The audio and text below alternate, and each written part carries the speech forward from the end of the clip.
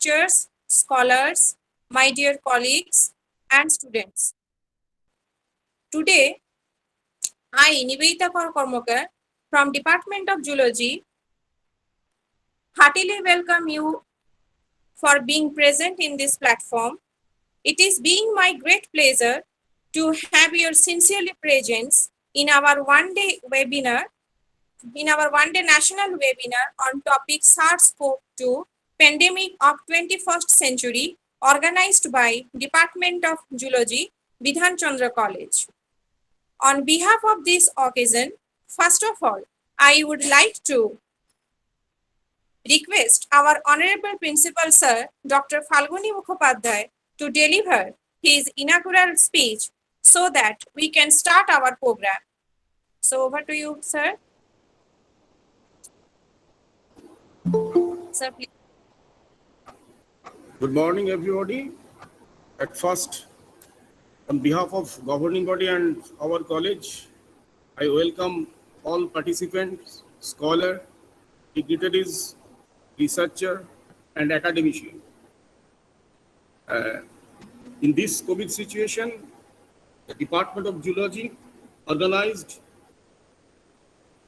a wonderful webinar, that is SARS CoV-2 pandemic of 21st century. I hope by this webinar, our student, teachers, participant, researcher, scholar of this arena must be benefited.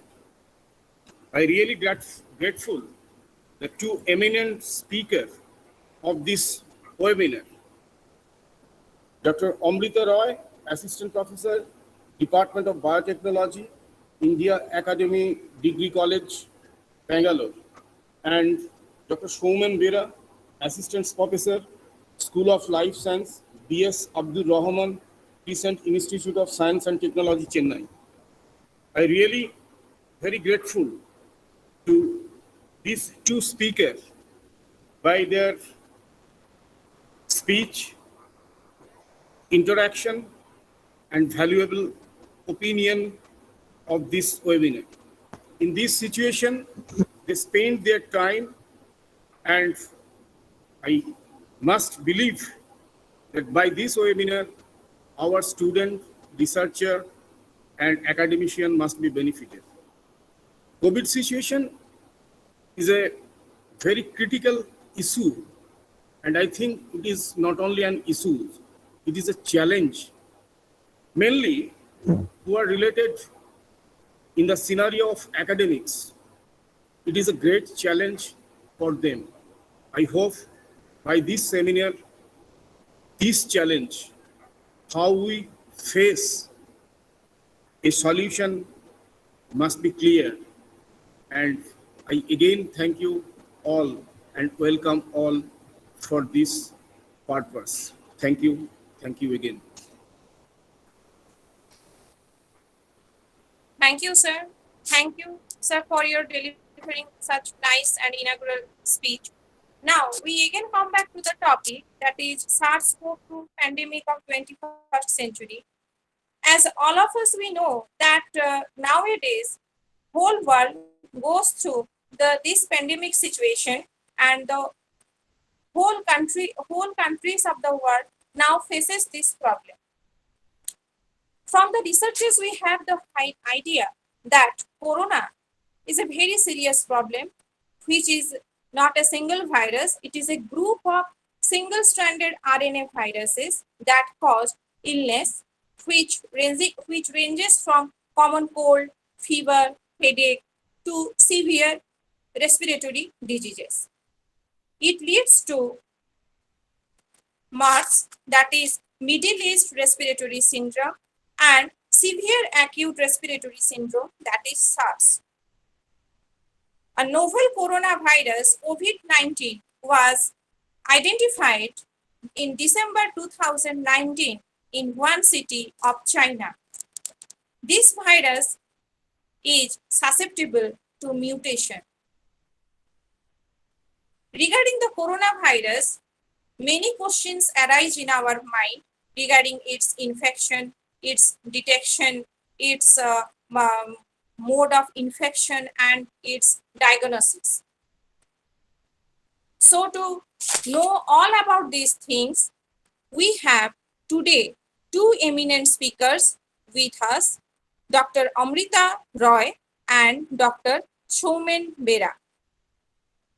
Our first session is with Dr. Amrita Roy. She has completed her PhD from Indian Association for the Cultivation of Science.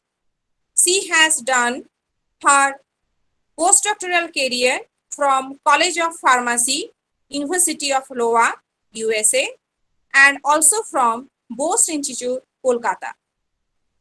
Presently, she is appointed as Assistant Professor in Department of Biotechnology, Indian Academy, Autonomous Degree College, Bangalore.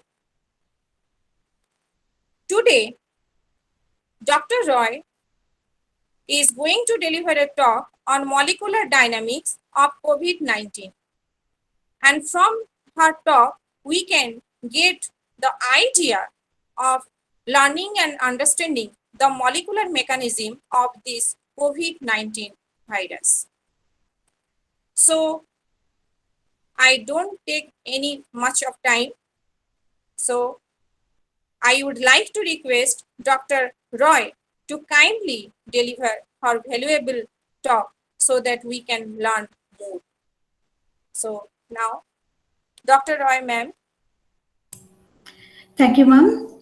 And good afternoon, everyone. How are we today? Hopefully, all of us are good and safe. So I thanks to the organizers for introducing me to the gathering. So without much ado, without wasting much time, let's get started with today's lecture. So give me a moment. Yeah.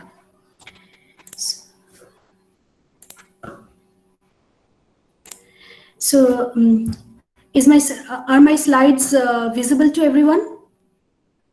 Yes, ma'am, it's visible. You Okay. can carry on. Yeah. Thank you. Yes, ma'am, it is visible. Yes, Thank you. yes, Great. yes. Yeah. So let's get started. Today I'm going to talk about the molecular dynamics of COVID-19 disease. So um, in 31st December 2019, WHO received a report coming from Wuhan city that in that province, in Wuhan city of China, many people are suffering from a viral pneumonia, and it is going like a epidemic of viral pneumonia has erupted over there. And naturally, whenever epidemics comes in, who becomes involved in it? And they started to dig into it, and it was found out that it was caused by a virus which was later named on after my little study. It was named as the SARS CoV-2 or the novel coronavirus. Now, whenever we call something as something version 2, or whenever we are putting the word novel, it definitely means that there was somewhere version 1 was there. Actually, this coronaviruses, they are not new to us. They were first identified and described in the 1960s. And they first came into the limelight in 2003 when they caused their first pandemic in the Indonesia-Malaysia region in 2003. And that disease was called as severe acute respiratory syndrome, or SARS. And the coronavirus associated with that SARS was called as the SARS COVID. Now,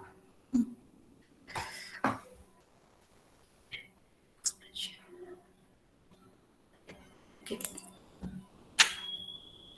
So, is my full screen available to you? Are you seeing my slides in full screen, or it is coming as a small snapshots? Can you please let me know? Are you people able to see the full screen, or it's coming as a tiny, you are not being able to see the full screen? No, ma'am, Full it's on screen? full Ma'am, it screen. does not have Full screen. Okay, showing great. the full screen. Yeah. So going, sorry for the interruption and picking up from there. And after 2003, the next time SARS-CoV appeared was in 2012. And it started to appear what we now call as the MERS-CoV, and it appeared not in the Indonesian belt, but it appeared in Middle East. Then after 2012, the next COVID, or again COVID came back to prominence, was in 2019. And it started to cause a disease which we now have named as COVID-19. So, and by this time, I'm sure all of us know about the general symptoms of COVID-19, like the breathing problem, pneumonia, sometimes multi-organ failure in severe cases, and so on and so forth. I'm not going into the details of it. I know you people know about it. But this is a disease which in recent times have affected almost 18 crore of people. And of this, nearly 40 lakh people have died. So you can very well understand the severity of this disease. And when we started to study this disease, few things started to come into focus. We realized that this COVID-19 disease comes with a few characteristics. One is that it's rapid spread. This, the rapidity with which COVID-19 or this SARS-CoV-2 spreads, this is completely unprecedented. We have never seen some virus spreading at such this rate. So this rapid spread is one of the hallmark of this special virus. The next thing is that it has a great ability to evade the immune system of the host. Our immune system is not being able to handle this virus. Because as ma'am pointed out a few minutes earlier, that it is just a coronavirus with a single-stranded RNA. And trust me, this type of viruses causes normal cough and cold. They're basically rhinoviruses causing common cough and cold. So naturally, our immune system should have been well equipped to handle them. But what we are saying that our immune system completely failed to handle this one particular virus. The third character that came into view is something we now call as the cytokine storm.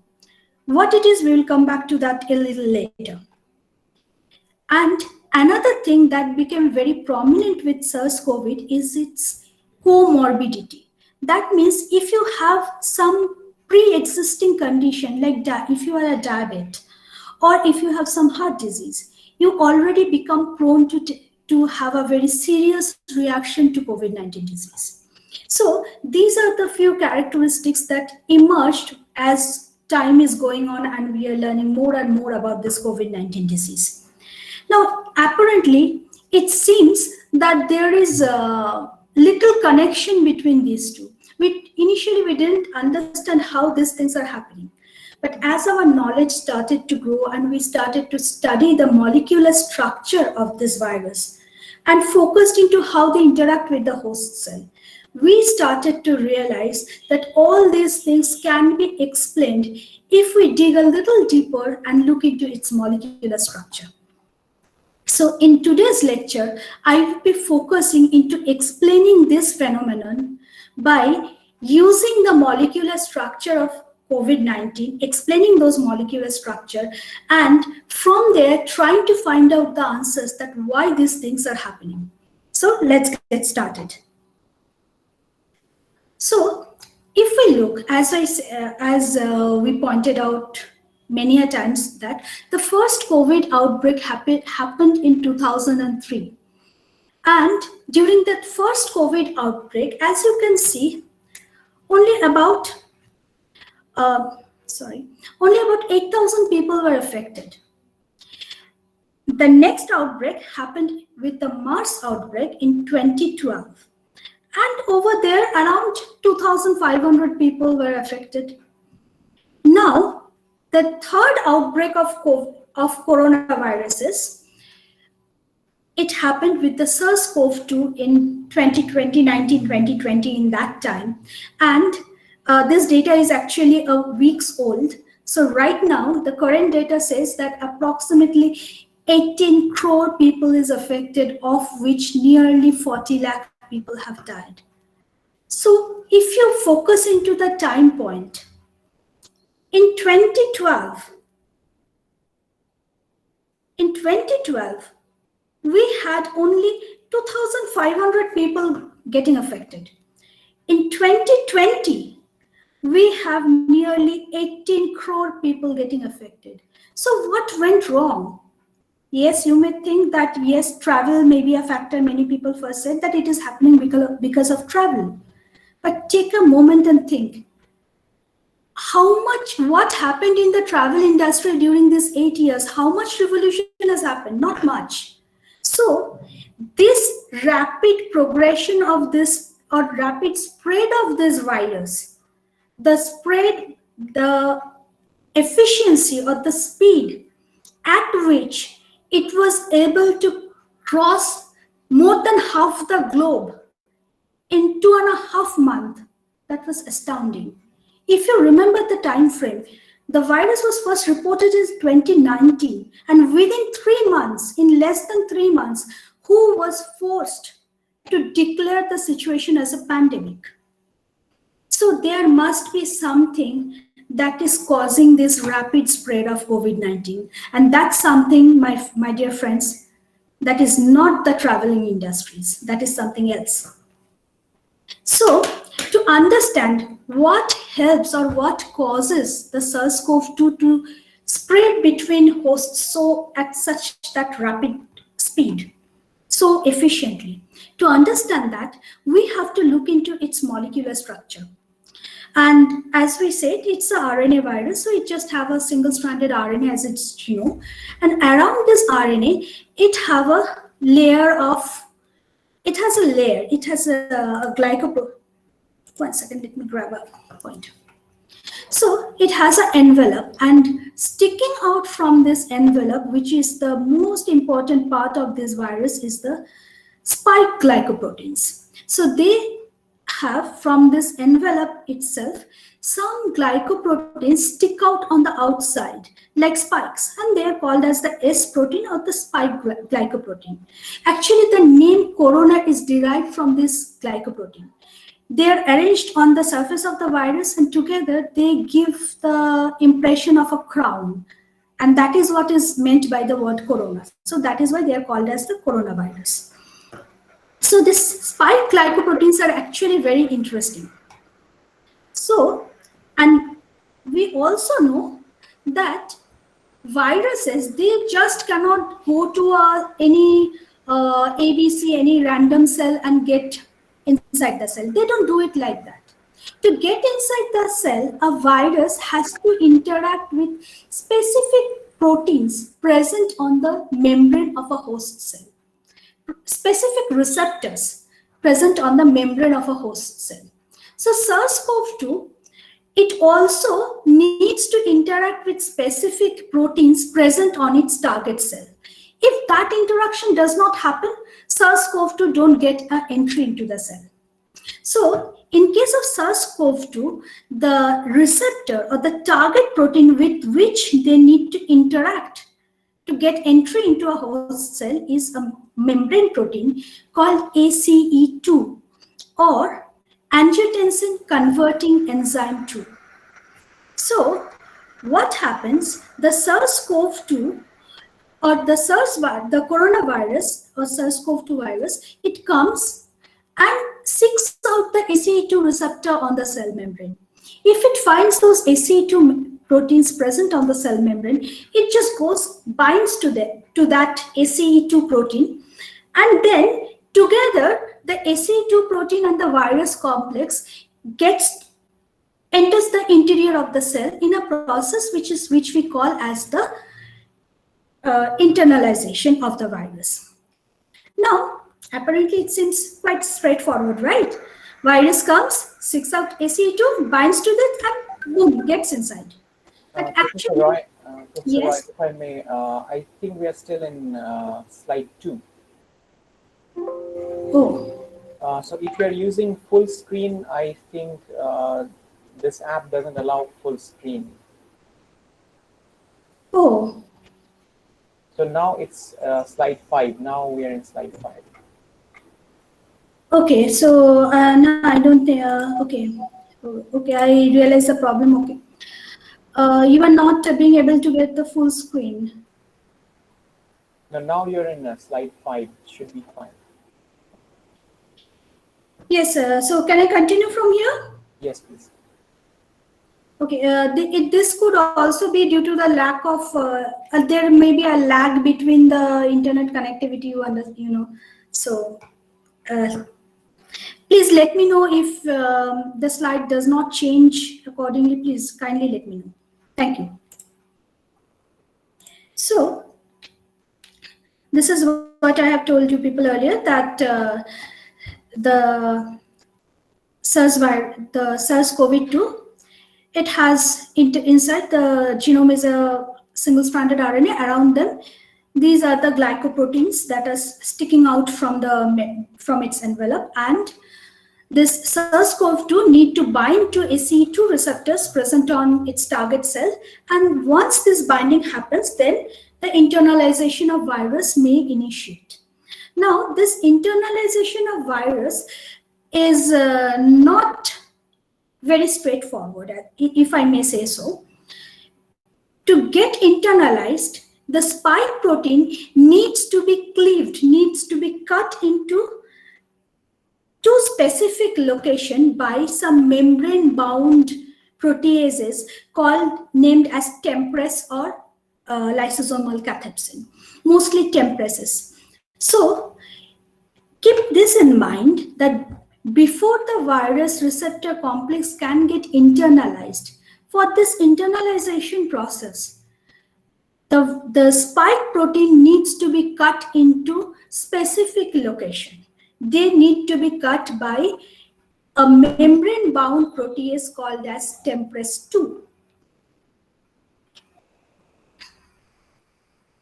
So, now I have moved to the next slide. Does it reflect in your side as well? No, madam. I think you have to withdraw from the full screen mode of the PPT. Now it's next slide. We're in slide 6. Okay.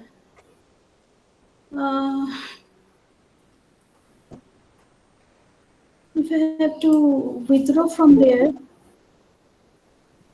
I mean, just don't use the full screen, then it's perfectly okay, no problems. Now I think we're in slide 6. Please carry on. Okay, let me try. Let me give it a try. Then we can see. We can see what happens. Okay, so if you can see, now coming back to the cutting of the or proteolytic cleavage of the S protein. Now, as I said, the cleavage of the S protein is not a random one. It happens between two specific locations. Now, let us have a look at where this cleavage is taking place. So, for our better understanding, what I have done, I have taken a linear picture, a linear view of this particular S protein. Now, if you look into it, you will realize that this S protein, it is made up of two sections, the S1 domain and the S2 domain. The S protein, it has two sections present in it. One is called as the S1 domain, and this is this S1 domain that interacts with the ACE2 receptor. Can you see this RBD region? This RBD region, this orange RBD region, is the section of the S protein which actually makes the contact with the ACE2 receptor. Now, the cleavage specifically happens in the junction of S1 and S2. This junction of S1 and S2 is the position where tempress needs to cut the spike protein so that the internalization or the membrane fusion of the virus can take place. So the first cut comes between S1 and S2, and the second cut comes between this S2 prime region, which is a section in the S2 subunit or S2 portion of the spike protein. Now, once these two sections were identified, people became interested into looking into having a look at how this at the molecular level or at the protein level, how this region actually looks like. So what was done? The spike protein was taken and amino acid sequencing was done. And a very interesting thing came from view from there. It was observed that the SARS-CoV-2 in the boundary of S1 and S2 where the first cut need to be done, over there is 4 additional amino acids are placed. This PRRA, proline, arginine, and A is alanine. This section is introduced in SARS-CoV-2 and it is present only in SARS-CoV-2. This sequence, when was compared with the bat SARS-CoV-2, which is supposed to be the zoonotic host from where spillover of the virus is supposed to have happened, when it was compared with the bat SARS-CoV-2, this section was not found there. It was also not present in pangolin or not even in bat or human SARS-CoV-1. So the first mutation or the first thing that is novel about this coronavirus 2 is this 4 additional amino acid present in its S1 and X2 juncture of this spike glycoprotein. Now, this 4 amino acid, again, they're not a random amino acid. It's not 4 random amino acids sitting side by side. This 4 amino acids, actually this 4, which is indicated by a box over here.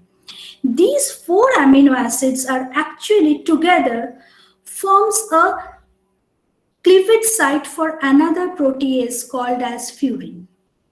So this 4 amino acid, ignore the P, the next 4 amino acid, they create a unique furin cleavage site present in the spike protein. So you may very well ask me that, ma'am, what is the importance of this furin cleavage site? What does furin cleavage site do to us? Now, this furin cleavage site, what it does, this basically primes the baby viruses, the viruses when they are being formed in a host cell. We all know how viruses, I should not use the word reproduction for them, but how viruses multiply, we all know. They go to a host cell and taking over the host's machinery, they multiply over there. And when they're multiplying, when they're being processed within the host cell, this furin cleavage site becomes very important. Or this furin cleavage site actually gives the SARS-CoV-2 virus a new age. What is first, you can ask me, ma'am, what is furin? As I told you, furin is a protease, and this furin is present in the ER-Golgi interface. It is present in ER as well as it is present in Golgi. It is present in both the compartment where protein synthesis and protein processing takes place. It is also present, sometimes it is also present on the membrane of the host cell. So what happens when these new baby viruses are being formed within the host cell? This furin, when they are getting processed, furin present in the Golgi ER interface gives a cut in that S1, S2 region and then stitches the two regions with each other using non-covalent interactions. So when these viruses, this new baby virus is coming out of a host cell, it is, please try to realize when they're getting out of this existing host cell, these new viruses, they are already primed, they are already ready to invade the next host cell. And when they go to the next host cell, it does not need priming. It does not need the template present in the next host cell to cut it and prime it and make it ready for membrane fusion. It is already cut, and ready to fuse with the membrane itself. So this furin cleavage site present in the virus actually makes the new viruses ready to enter into the next host cell, even before they have left the first host cell itself. So you can imagine thinking that how efficient it makes a virus in terms of invading the new host cell. So even when a virus with furin cleavage already done in it means it is already primed, ready to enter. It does not have to wait for some template or some other protease to come and cut it and make it ready. It is already ready and just waiting to go. So this special furin cleavage site, this explains the rapidity with which the COVID-19 is spreading. Because in terms of one virus, it may seem that it may be saving a few seconds or so, but when that 1 or 2 seconds get multiplied by the virus load, you can imagine how much time it saves for the virus to get into the cells. So the next challenge or the next character that came to us is that the rapidity or how efficiently, along with the rapidity, how efficiently the virus was able to evade the immune system of the host. So this, to understand how the virus evade the immune system of the host or how they do this immune evasion, we need to understand first how the ACE2 receptor and the spike protein interact with each other. So if you focus into this first figure on our left, if you focus over there, you will realize that not the entire glycoprotein is not responsible to make contact with the ACE2. You can see that the contact or the communication between ACE2 and the spike protein, that is happening only by this small domain present in the ACE2 receptor, present on the spike protein. And this small domain is called as the RBD or the receptor binding domain. Now, let me enlarge this figure since I cannot show this to you in animation. So if you now compare the spike protein of a SARS-CoV-1 and the SARS-CoV-2, if you do this comparison, and this is the RBD domain of SARS-CoV-1, you see that this domain seems like it is standing upright like this. But take a moment, look into the spike protein of SARS-CoV-2. Do you see anything? The rest of the protein looks similar, almost similar to each other. But do you think any RBD sticking out like a pole from that spike protein? No, we don't see that. This particular conformation in which the RBD domain sticks out like a pole and makes contact with the ACE2, this conformation is termed as the up position, the up UP, the up position or the up conformation, where in contrast, we can see that the RBD domain of the SARS-CoV-2 is not in up position, and this position is called as the down position. So one of the big difference between the RBD domain of SARS-CoV-1 and SARS-CoV-2 spike proteins, we can say in SARS-CoV-1 spike, the RBD domain of the spike protein is in up position, whereas in SARS-CoV-2 spike protein, the RBD domain is in down position. So what is the implication of this up and down conformation? Now, to understand that, for a moment, think yourself to be an immune cell. Think yourself that you are a B lymphocyte and you want to create an antibody against some invading virus. You want to create an antibody against this RBD domain. Now, if you are an immune cell, Can you create an antibody against an antigen which you cannot see, which you cannot find out? Certainly not. The same thing happens in there. In SARS-CoV-2, the RBD domain is hidden in down position. And as a result, the immune cell basically cannot find it. And if the immune cell cannot find it, naturally, it cannot create any antibody against it. And as a result, this down feature, this down position, the hidden position of the RBD domain actually gives great immune evasion to the SARS-CoV-2. Immune system, the RBD domain, the section of a spike protein which will make contact with the host cell plasma membrane, with the receptor in the plasma membrane of host cell.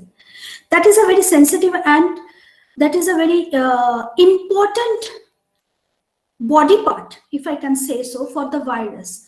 And it keeps it hidden away from the immune cells which may attack it.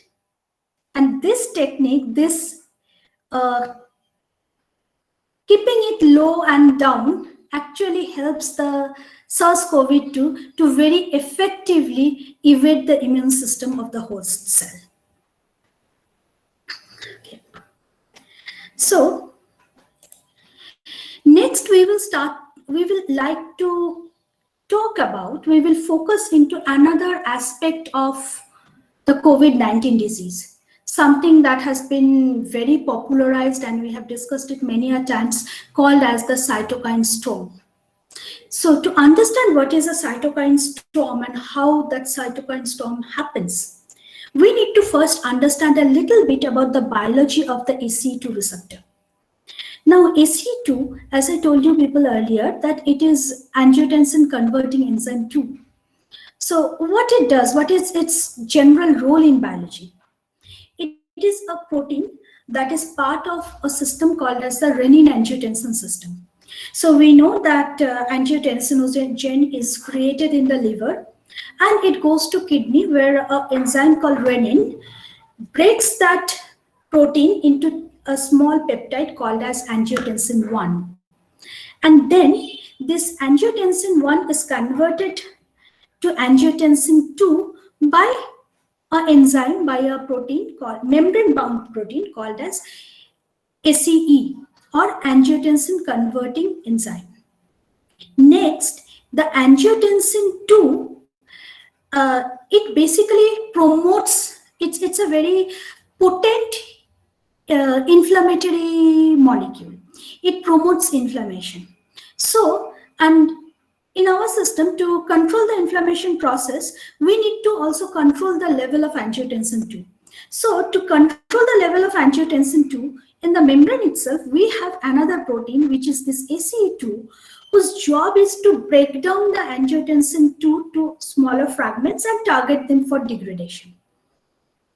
Now, this is the general biology of ACE2. This is the importance of ACE2 receptor.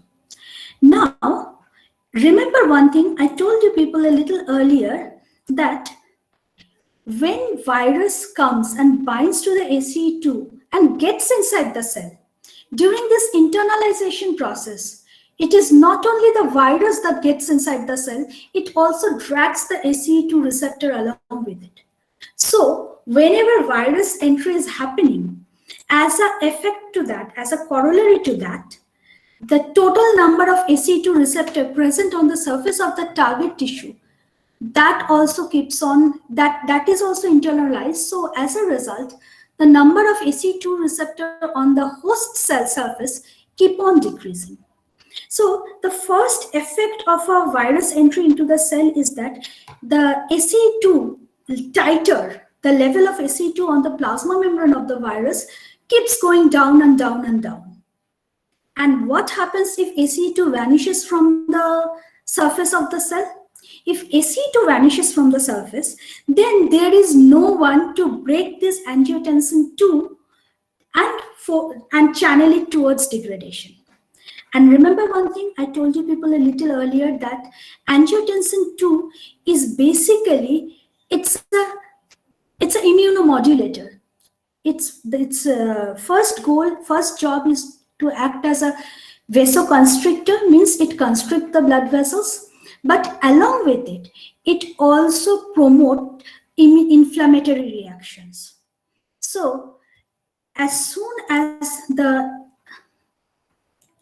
angiotensin level and ACE2 receptor starts to go down and the level of angiotensin starts to build up in the blood, they start to interact with other immune cell and induce the formation and synthesis and secretion of many cytokines like IL-1, IL-2, and specifically IL-6 in a NF-kappa beta mediated pathway.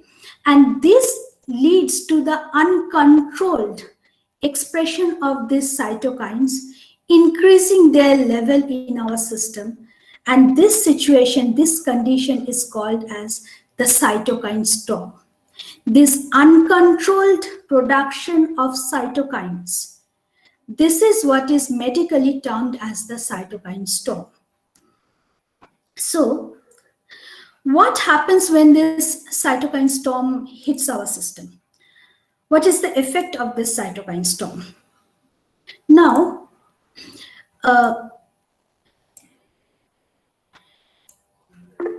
one of the problem with this cytokine storm is the cytokines is that they are basically a little uncontrolled, little unruly.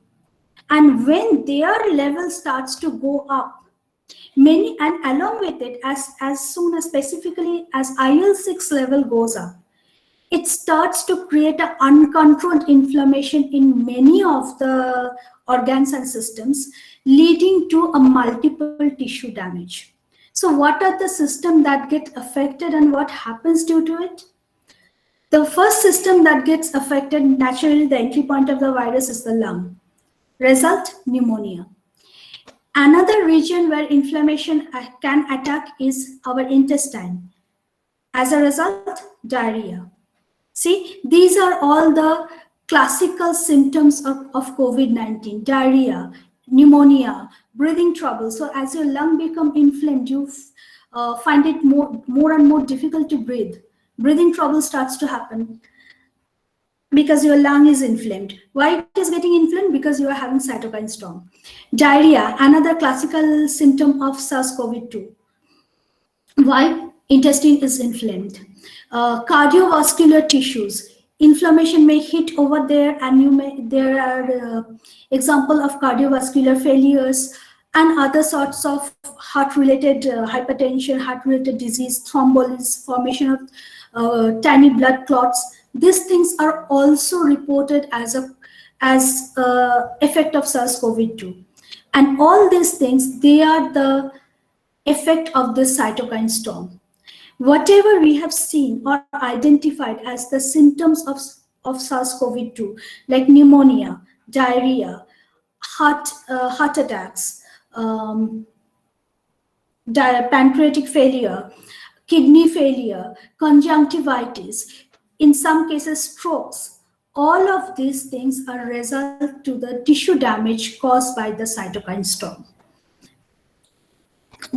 Then the next topic that we will focus into is the comorbidity. Along with cytokine storm, another thing that is considered as a hallmark of SARS CoV-2, of the COVID-19 disease, is comorbidity.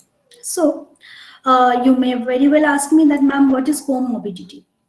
Comorbidity can be called as a phenomenon where we have identified that if you have some preconditions, like if you already have hypertension or some kind of heart diseases, or if you are suffering from diabetes, if you are diabetic, in such cases, you become kind of a prime target for the COVID-19 disease. You are more affected by the COVID-19 disease. And we asked ourselves the question, why it is so? What can be pinpointed as the cause of this comorbidity? The cause of this comorbidity is that many of these diseases, many of these organs, which I have talked a little earlier, like the heart, the kidney, the liver, the pancreas, brain, all of them, they are rich in the ACE2 receptors. So they are like, they have the gateway present in them which can lead the virus to enter into them and thereby create a local cytokine storm into each of these organs, finally leading to multiple organ failure and increasing the fatality rates.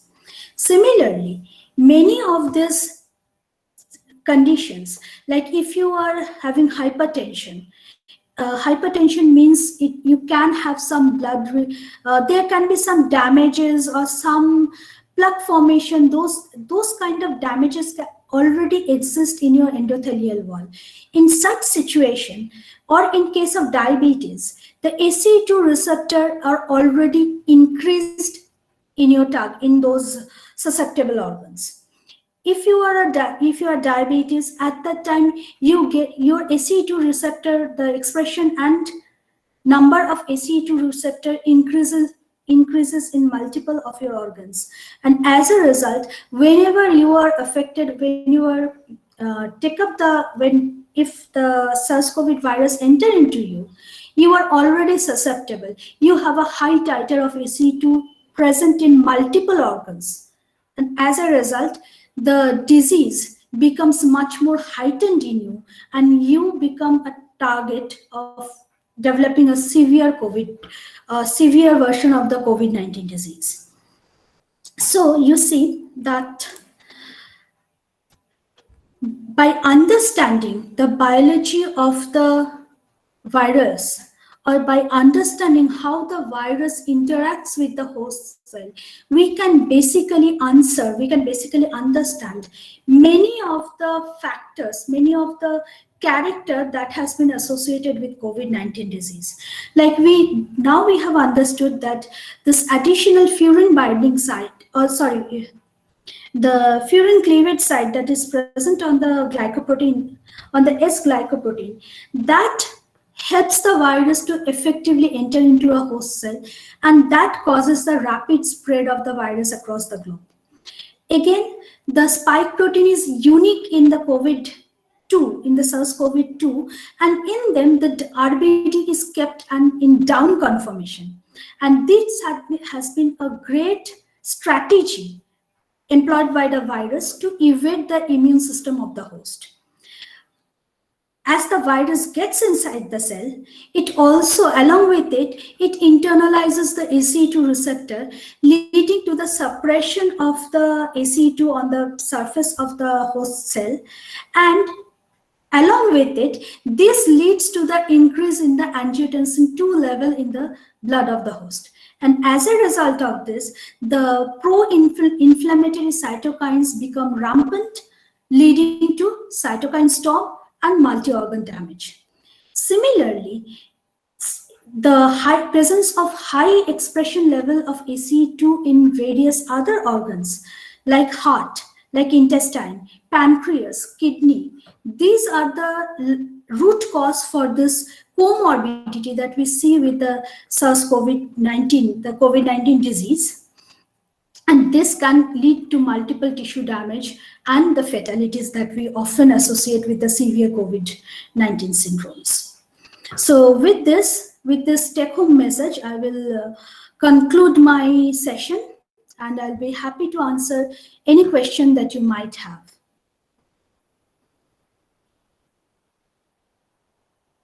So please feel free to ask any question that you might have. Thank you, ma'am, for your excellent piece of talk. Now, we have some questions, and we are now going to start the interactive session. We have got our first question from Karishma Singh.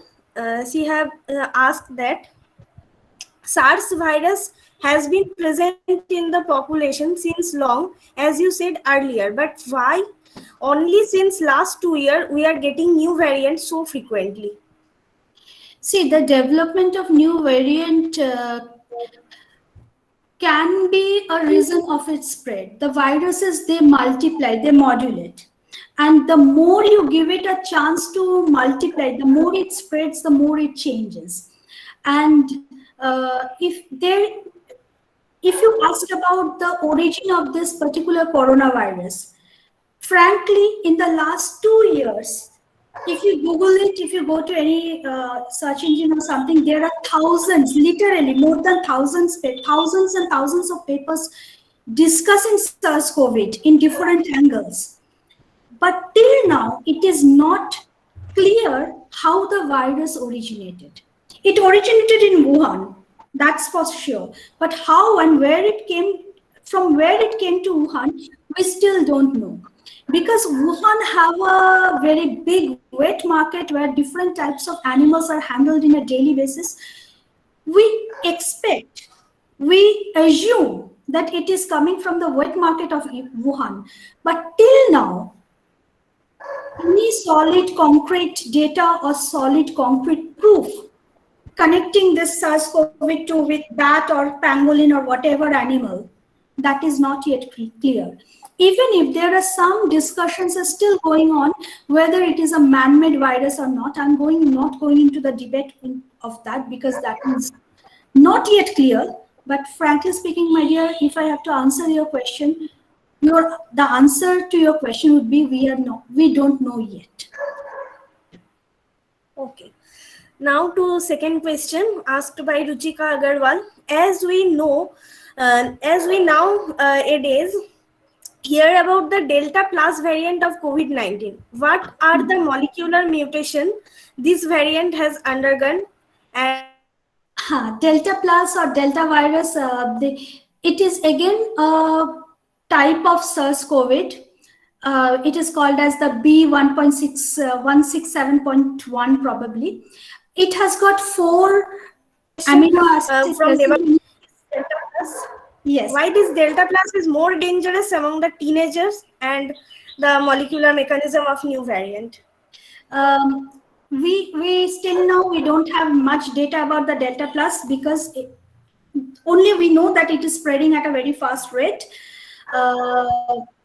In the teenagers, because maybe because of their habit, if I could say so. There's nothing that makes the teenager much more molecular level, there is nothing that makes the teenager more susceptible than an adult man.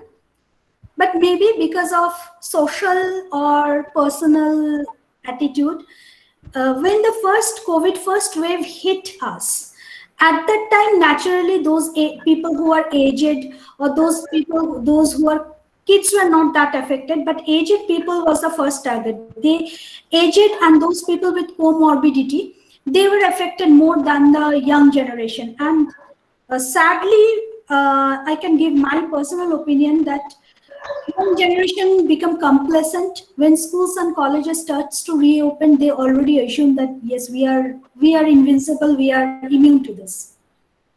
In my own college, I have seen the social distancing flouted many times.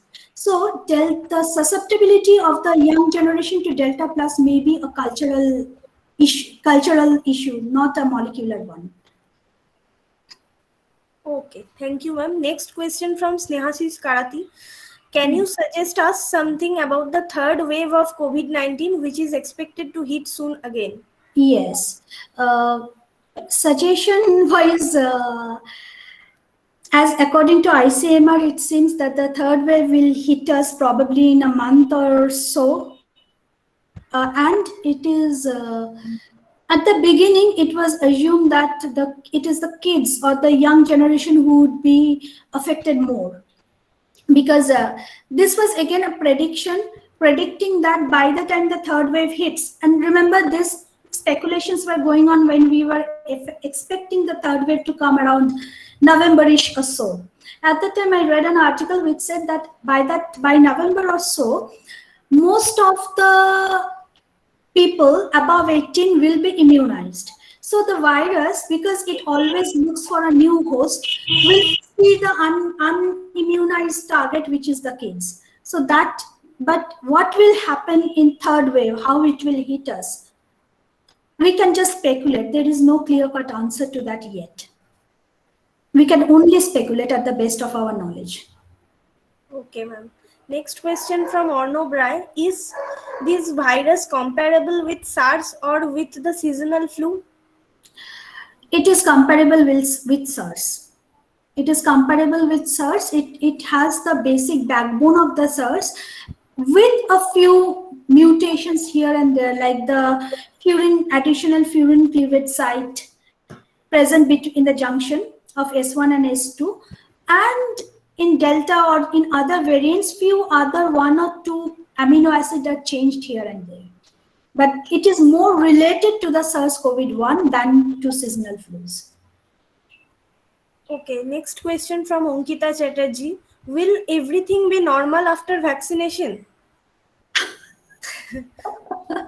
Again, I am forced to speculate. I hope so. I hope so, my dear. I sincerely hope so that things goes back to normal. But even it is being assumed that the efficacy of these vaccines, both the vaccination, both shots included, the efficacy would be probably somewhere between 12 to 18 months. So be prepared to get your booster shots every year. Just like flu vaccines. In USA, people do get flu vaccines against influenza, and it needs to be renewed every year. Every year you need to have a new flu shot. Maybe we are going in that direction. Okay. Next question from Mona Lisa Gorai. How does double dose of vaccination protectable in the third wave of COVID-19? Again, vaccine. How does the vaccination? I'm not understood the question. Can you repeat, ma'am, one more time? Okay. How does double dose of vaccination protectable in the third wave of COVID-19? Okay, how the double doses of vaccination will protect us. So to understand that, we need to look into how vaccines work. So what happens when you are vaccinated, you will be given based on which vaccine you are taking. For example, Covishield gives you a heat-killed virus itself, or inactivated virus is given in Covishield, whereas Covaxin and Sputnik, both of them are RNA-based vaccine. They just give you a strand of the RNA, and your immune cells do the rest of the job. Use that RNA to create a epitope and produce antibody against it. So if it will just work like any other vaccines. We are giving you infecting or exposing your immune system to a virus who cannot make you sick, but who can induce your immune system to produce the antibody and keep you ready. So when you are exposed to the real original deadly virus, you already have the ammunition to kill it. Okay, next question from Karishma Singh. Are COVID-19 vaccines are safe for people living with HIV? I'm not sure about this. I'm not sure about this. A doctor or somebody doing research in vaccination and vaccine development would be better to understand these things. But I guess it would be, I'm speculating again, I guess it would be safe for them as well. Because HIV and COVID, they are different kind of viruses. Okay, next question from Abhishek Gai. Is there any changes in frequency or volume from first dose to second dose? If so, why it is so? Frequency and volume means? What do you mean by frequency or volume? He has asked that. Is there any changes in frequency? That means, as far I getting that, the frequency between the two doses or the time gap between the two doses. Yes. Okay, I get it. That whether what should be the ideal time gap between the two dosage? Okay, I think he's asking about this, but I'm not sure about his question. A lot of even few days earlier, a lot of confusion happened between what should be the ideal gap between the two dosage. And we started saying it should be 48 days, 45 days. Then it started expanding 60 days, and now it is 90 days or more. We need to understand this thing that development of this vaccine is happening at a I don't have enough words to express its speed. Normally, it was believed before pandemic situation, we are hard pressed, we have to develop it. But normally it is said that if you are developing a drug, it should contain at least, there should be at least 15 years of research behind it before it hits the market. So you know all the details about it, that what should be the ideal gap between the two dosage, or there should be one dose, two dose. What should be there, what should be the long-term effect, every data is there with you. But at this juncture, we don't have 15 years in hand. So we are basically, as we can say, we are basically winging it. We have just made the toxicity test. Okay, it is safe, give it. And as it rolls into the market, we start gathering the data and modulate our dose and our behavior accordingly. So initially, at this initial stage, there can be a lot of confusion in the whole process.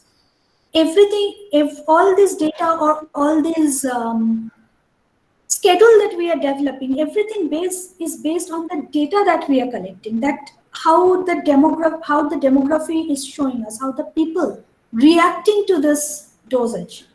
So there is confusion and there will be a lot of confusion, but maybe we will need more time as we proceed through this vaccination process. Maybe we will have enough data at one point of time and these confusions will be gone. Okay, next question from Nirupama Maji. Is it completely safe to take vaccine above 50 age? Because many people say about many side effects. Absolutely safe and should be taken, because there can be some side effects to it. Some people react to differentially to vaccine. Sometimes some adverse effect, I'm also hearing such things. But keep it in mind that even antibiotics also have side effects. There are plenty of people who are allergic to penicillin, but that should not stop the rest of the masses to take penicillin. Same here. Few people may react adversely to the vaccine or to the component present in the vaccine. But that should not stop the masses from getting the vaccine. Vaccination is a must at this point. Okay. Another question from Ankita Chatterjee. Will their babies be safe if pregnant women get vaccinated? Pregnant women are presently not being advised to take vaccination, because those antibodies, those viruses, RNAs, those things can travel through the placenta and affect the newborn. So as a result, pregnant women, right now, vaccination is not being advised for pregnant women. Okay, we are getting too much questions in our chat box, but we are very sorry that we cannot take all the questions anymore because our time is limited and yes, the clock but is. If the participants want me to, like if they want to get in touch with me, my emails are present there. You can get your emails from my email from your conveners or from your teachers. And all of you are most welcome to get in touch with me, post your questions, and I'll be happy to answer them. Okay. Thank you, ma'am, for your excellent piece of talk. Now, I will ask Srinidhi to move forward this. Okay. Thank you everyone for giving me the opportunity to deliver this lecture. Thank you all. Thank you, ma'am. Thank you, Dr. Amrita Roy, for your excellent talk.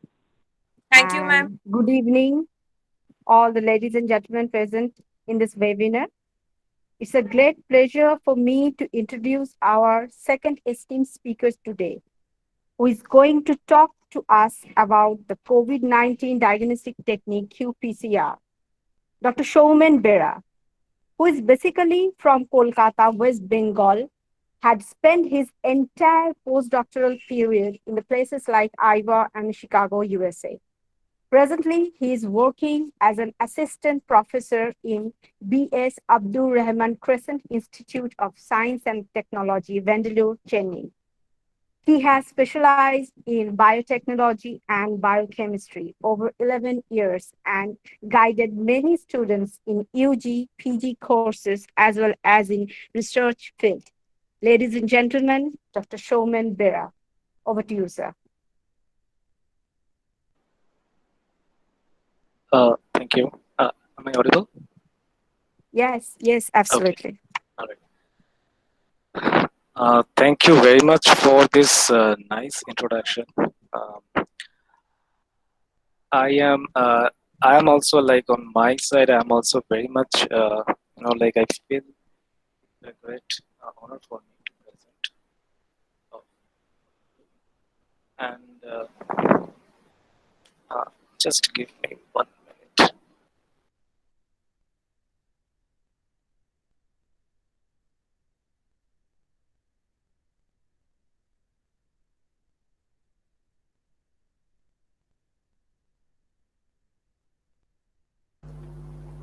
Professor Roy, I think your screen is still shared. So I think our next speaker. Yes, yes, I need to stop sharing. Thank you. Yes, please.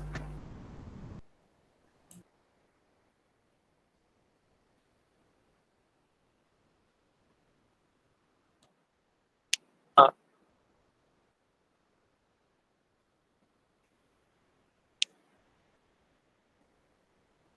just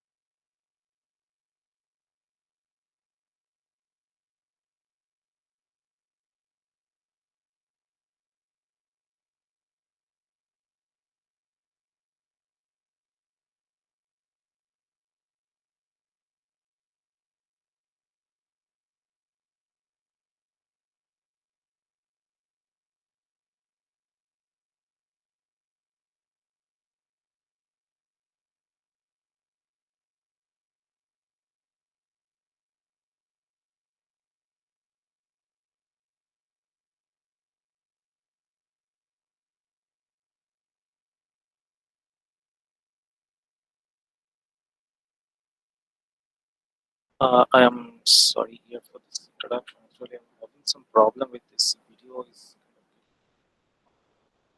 I think it's not visible. All right. So as far I understand, like this full screen is not working. Am I correct? Let me just start presenting.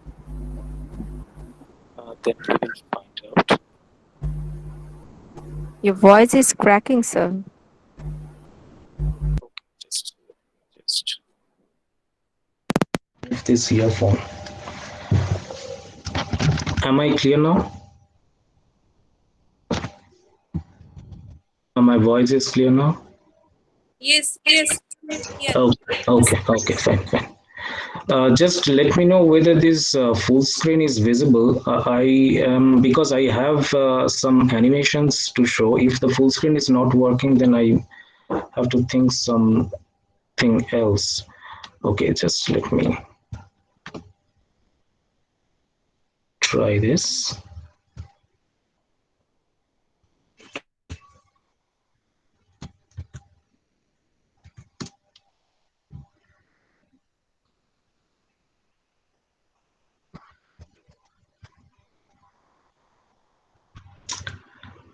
Is the full screen visible? Yes, sir. Screen is visible. Yes, sir. Okay, fine. So I can go ahead with this full screen, right? Because as far I understood from Dr. Roy's presentation that the full screen was not working. So in my case, it is working, right? Okay. All right. So um, hello everyone once again. So this is the talk, the title of my talk, that is Understanding COVID-19 Diagnosis. And I'll be focusing on, there are many diagnostic tests and tools are available, but I'll be specifically focusing on the technique that I also used personally and I am using, although not for COVID-19 detection, but for some my own research work, the qPCR. Okay, so let us. So nowadays like in the first session also we have this COVID-19 and we have Corona, and everywhere we are seeing all this, and we are like really getting getting tired of this maybe, or we are getting too much scared of this virus and we are too much concerned about this virus. But I would like to start with this seminar or this talk with a famous quote by our former president, late Dr. APJ Abdul Kalam. We should not give up, and we should not allow the problem to defeat us. So let this be the mantra of today's lecture, right? So, what is with all these Corona, COVID, like this pandemic? What is the need of the hour? We know that the vaccine is the only way out. So far, we have some drug. The DRDO has made some drug. 2DG and some other drugs are already in the pipeline. They are starting with the immunotherapy and all those. But the vaccine is so far, it is the only one which is out in the market, and there are so many vaccines are coming out like in different countries. Although three vaccines are now available in our own country, but if I go by the like how it is being the vaccination drive and the rate at which the populations are being vaccinated, anyone can easily guess that it is not a very easy job. It is a massive task for any government to do, to vaccinate the entire population. So that takes at least the rate at which the vaccination is going on. It may take at least 3 to 5 years, if not more, okay. And then in between that time, if some like some new variant, this delta plus minus, this I don't know what else is waiting for us in the line, like what are the other variants. But then what will be the like this like the fate of these vaccines and all those. But definitely what we can do from our end, apart from getting ourselves vaccinated, to improve the detection part. So that is the second point that I have mentioned here, the diagnostics. Okay, so that is the main topic of my talk here. So we have to detect the persons, we have to detect the infected persons, we have to isolate them, we have to put them under quarantine, and we have to like isolate the persons who have been in contact with the first person, and then we have to isolate them, also do the quarantine and all those things, just to contain the disease spread. Because now, as in the first talk, Dr. Roy was also discussing that this Delta plus, how it is kind of rapidly spreading. So we have to do the diagnostics, and that is another part that we have to focus on. We have to really develop that part. So today's talk will be focusing on the strategies. I will briefly touch upon that, like the different strategies, the main strategies so far employed by different governments. And I will also talk about these real-time PCR or the quantitative PCR, the basics of it, the basics of the technique or the principle of this, working principle of that particular technique, and how we can use this particular technique in the diagnosis, the COVID-19 diagnosis. Right. So first, this structure, I don't want to go to the detail of this one, and I think I don't need to, because it has already been discussed in the first session. We will just like see that this is. Let me take out the pointer. It will be easy for me. Okay, so here we have this S protein, the E protein, the M protein, the N protein, and the single-stranded RNA. So this is the typical schematic diagram. You will find it in different websites. This is the RNA genome. The RNA molecule, this thread-like structure, is the RNA, single-strand RNA. Okay, along with this, some proteins are getting associated, which is the nucleocapsid proteins. Then we have these spike proteins, and then we have the envelope proteins, we have the membrane proteins. Right, so we will visit this picture again later in some later slide where we will be discussing about the strategy, the plan of the working plan of this PCR, the qPCR for diagnosis. So when we are talking about this SARS-CoV-2, the life cycle, like again, like this, majority of this has been already discussed in the first session. I will not go into much details, but the 6 steps, I have taken this picture from this, I have mentioned the reference as well. So the cells which are getting affected, they are having on their membrane this AC2 receptor. And when the SARS-CoV-2, the virus is actually affecting, and then they are internalized, and then after the processing of their RNA, and they're replicating their RNA along with their own proteins, and then the packaging is taking place here. So the new virus is emerging from this infected cell, and they're ready to infect another new host cell. So this is actually in a very short term, that is the life cycle of the SARS-CoV-2 virus. All right. Now, when we are talking about how, when like the human cells or our cells are getting infected, how we respond. Okay, because this response is actually like one of the major criteria or the parameter, we can say, for designing the vaccines and all the other the medications as well as the diagnostics. So when the infection is first taking place, so we are actually having our two mode of defense, that is the innate immunity and that is the inborn immunity and the adaptive immunity. So first line of defense is the innate immunity. So basically the macrophages or the dendritic cells, they will first come into the action and they will try to like fight with this virus or any of the like the foreign pathogens that are infecting us. So after that, these macrophages or these dendritic cells, they are actually triggering the adaptive immunity. Okay, so like the immunity, the part where the antibodies are getting produced. So that means we are producing the antibodies, the host is producing the antibodies. So that involves different types of cells, T helper cells, Treg cells, then the CTLs, then the TFH cells, and all these T lymphocytes, they are actually inducing these B cells, which are then again primed to produce the antibodies. Okay, so now when this particular cascade is triggered, we usually, I mean, we are talking about the SARS-CoV-2, but in any case of infection, when we are developing a permanent immunity, like we are developing a kind of immunity to defend ourselves against the reinfections. Okay, so that actually depends a lot on the development of these classes of cells, the memory T cells and the memory B cells. So when we are talking about this SARS-CoV-2 and we are talking about these vaccinations, we are talking about the herd immunity.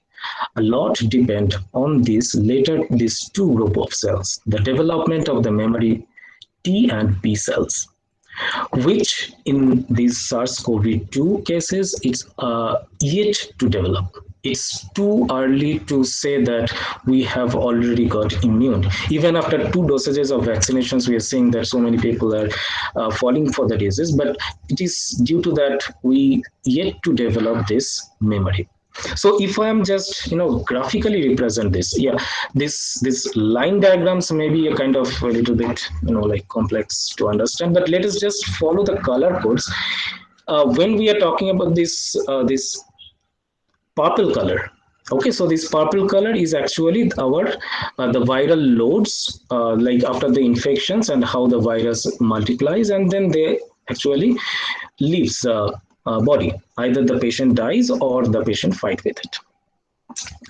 Now, what happens actually after the viral infections, these immune cells, they start to come into the function. I mean, like they become activated. So here the specific antibodies are produced and the memory B cells, T cells will be produced maybe in years. So it is not, like kind of even after 2 dosages of vaccinations, it might take some time to like program those memory cells to produce the antibodies, okay, against this virus. Now, this is the scenario with the host defense. So with these kind of informations, how we can design our diagnostic strategies. So principally now, like currently I would say there are three different principal strategies that are being formulated for the diagnosis part. One is the antibody test. Okay, so that is the part that when we are infected and then we are start to produce the antibodies, and then we are going for the test with the symptoms, and then maybe after some times we are producing the antibodies, and then those blood samples will be collected, and then the ELISA test will be done, or some kit based method will be there. And I think some companies that's like the home based test kits kind of things are there, which are already coated with these antibodies. And the second type is the testing the antigens. So first type is the testing the antibodies produced by the host. The second is the antigen. That means these are the antigens are nothing but we know that these are the proteins from this virus. Okay. So using this, isolating this from the patient samples, if we can detect. This is also have to be done collecting the samples from the patients. Either generally the blood samples will be taken. Now the third one is that we are going to focus on today is the molecular test. That is testing or checking the presence of the SARS CoV-2 genome, that is the presence of that viral RNA. So when we are talking about the first two, as we can see in the last slide, the previous slide also, that we need to wait for this antibody test or for this antigen test, we need to wait a little bit longer. Okay, so the infection has been taken place, the virus is present, and then the host is reacting. So that will take some time. The antibodies will be producing, and also the viral, like the virus is moving to inside the cells away from your respiratory tract. So that will take some time. So by that time, the disease may be already developed and may be spread to some other vital organs. Okay, so that is one of the main drawback of the serological test. Serological means this antigen antibody test. But when I'm talking about this SARS-CoV-2 genome test, it can be done at little earlier stage, and that is the main, like the catching point of this particular diagnostic tool. So let us see. This is again another mixture of so many lines and so many, like those things. So let us not, like get confused with these lines. One thing that I want to, here, you want all of you to focus here that this red line is the virus. The viral, like how the viral load is or how it is behaving in our nasopharyngeal region. Okay, when we are collecting the swab. Okay, so if I collect the swab from at this particular, like when the symptom is at its peak, then you will be also getting a virus load at its peak when you are collecting it through the nasopharyngeal swab, not by the blood. Okay, it is still not entering the blood circulation yet. So at this stage, if you want to diagnose, this is kind of early stage of infection, you can have this PCR. So you can see this blue and the purple line. This blue and the purple lines are the PCR results. So you can see that with the virus peak, the PCR, the results, the detections, the interpretations can be made that yes, the infection has taken place. Okay, and that can be an early detection. Whereas for this antibody, the serological test, you can follow the dotted lines, which are peaking at some later stage. Okay, we will come back to this, but let us first, like see how these particular PCR technique actually work in the diagnosis of COVID-19. So basically the reverse transcriptase, this is, as we know, I will also, like I have put up some slides about this PCR. We will discuss the basic of it. So the The full name of this is the reverse transcriptase real-time polymerase chain reaction. This RT means reverse transcriptase, capital R, capital T is the real time, and then the polymerase chain reactions. So it is still a gold standard because of its rapidity, because of its sensitivity, reproducibility of the assay, and the main point here is that it is actually have very low risk of contaminating the technical personnel, the technical expertise, the personnel who are doing the assay. They will be having very less chances of getting contaminated because the sample processing step for this particular assay will minimize the or you can say that it can reduce the the potency of the virus, the infection potency of the virus. And here the main feature is that we can take it from the nasopharyngeal swab, so we don't have to do the invasive assay, like we don't have to poke a needle and draw the blood and all those things. We don't have to do it. We have to just take the nasopharyngeal swab, either through the nasal cavity or the oral swab. The sputum test can also be done. From the sputum, you can also do the PCR test. So when we are talking about this PCR, let us, I am guessing that we all, like have little bit idea, but still let us just, as majority of the student, I'm guessing, majority of the audience today is the students, I'm just little touching it, the concept of it. Okay, so the PCR is nothing but it is, you are making a copy of a DNA, just a DNA molecule you are giving to the reaction. You are providing all the reagents, you are providing all the temperature, all the conditions required, the buffers and everything you are providing, and a machine will be required. Obviously, it's a thermocycler, and that will make many copies of that particular DNA. So the DNA that you will be giving it to the system, that is known as the template DNA. We require some primers, which is very important in our diagnostic tests also. Like these primers are nothing but it will just indicate which portion of the DNA have to be copied. Because sometimes the template DNA can be very big in size. Okay, so you cannot just amplify the whole size of the DNA. You just need some specific fragment, some specific position of that big DNA to be amplified, and that will serve your purpose. So for that purpose, you just need a primer, a set of primer, like two ends you have to design, and those primers are nothing but short fragments of single-stranded DNA. Okay, and these are the reagents. The DNTPs are required, and the enzyme which will amplify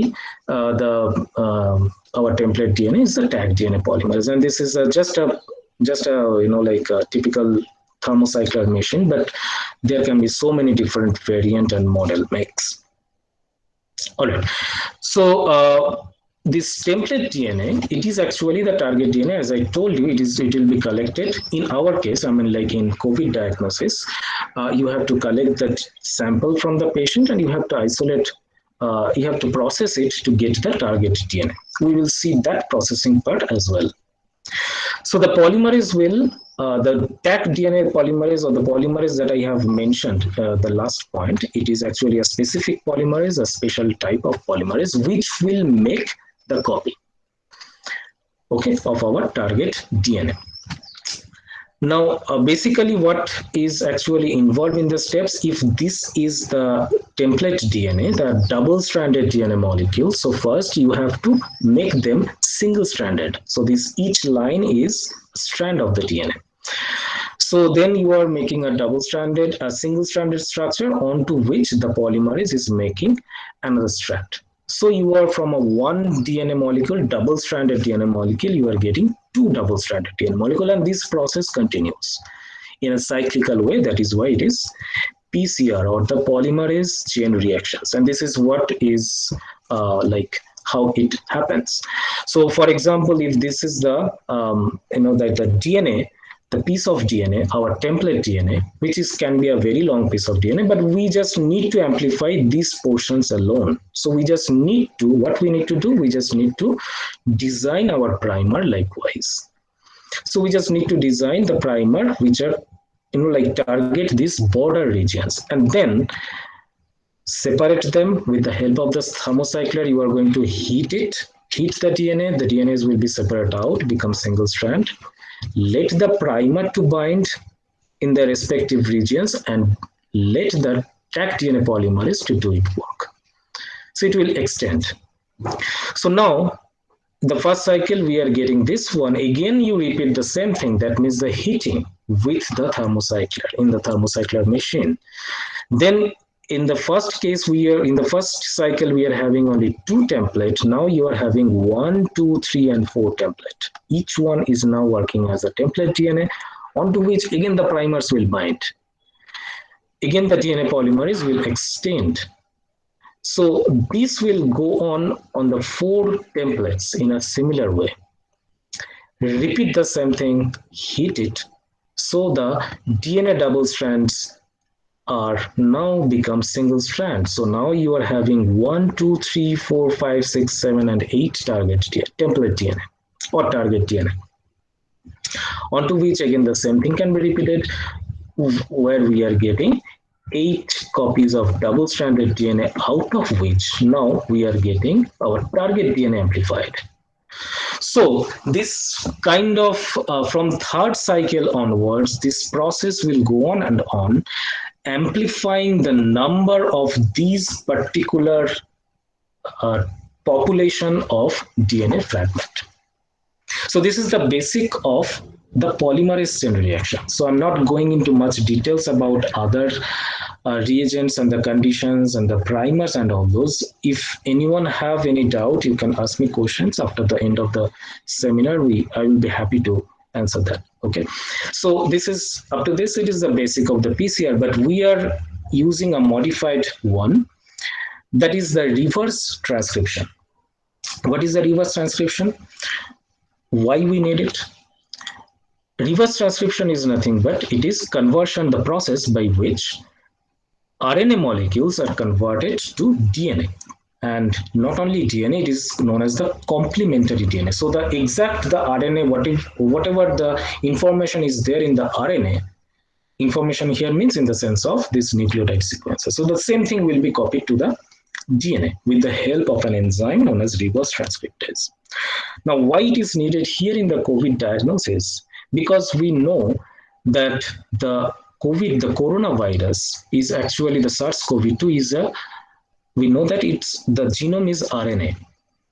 Okay, so we cannot run a PCR, the polymerase chain reaction, because it involves some high temperature, denaturation steps and all those. We cannot use RNA as a template to amplify that viral RNA. We cannot run it on PCR. So we have to convert it into the DNA molecule, which is much more stable and can be used as a template in PCR reaction. So this is the main idea behind running a reverse transcriptase RT-PCR. So what is actually done here?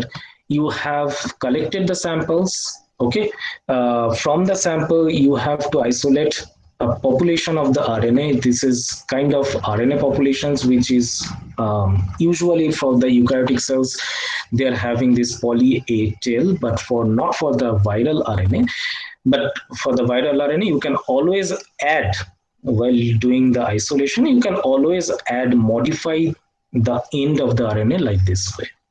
It can be done easily with the help of certain other reagents. Again, I'm not going to that part. But this modification is necessary to use the following steps, or to go to the following step and use the reverse transcriptase, the enzyme.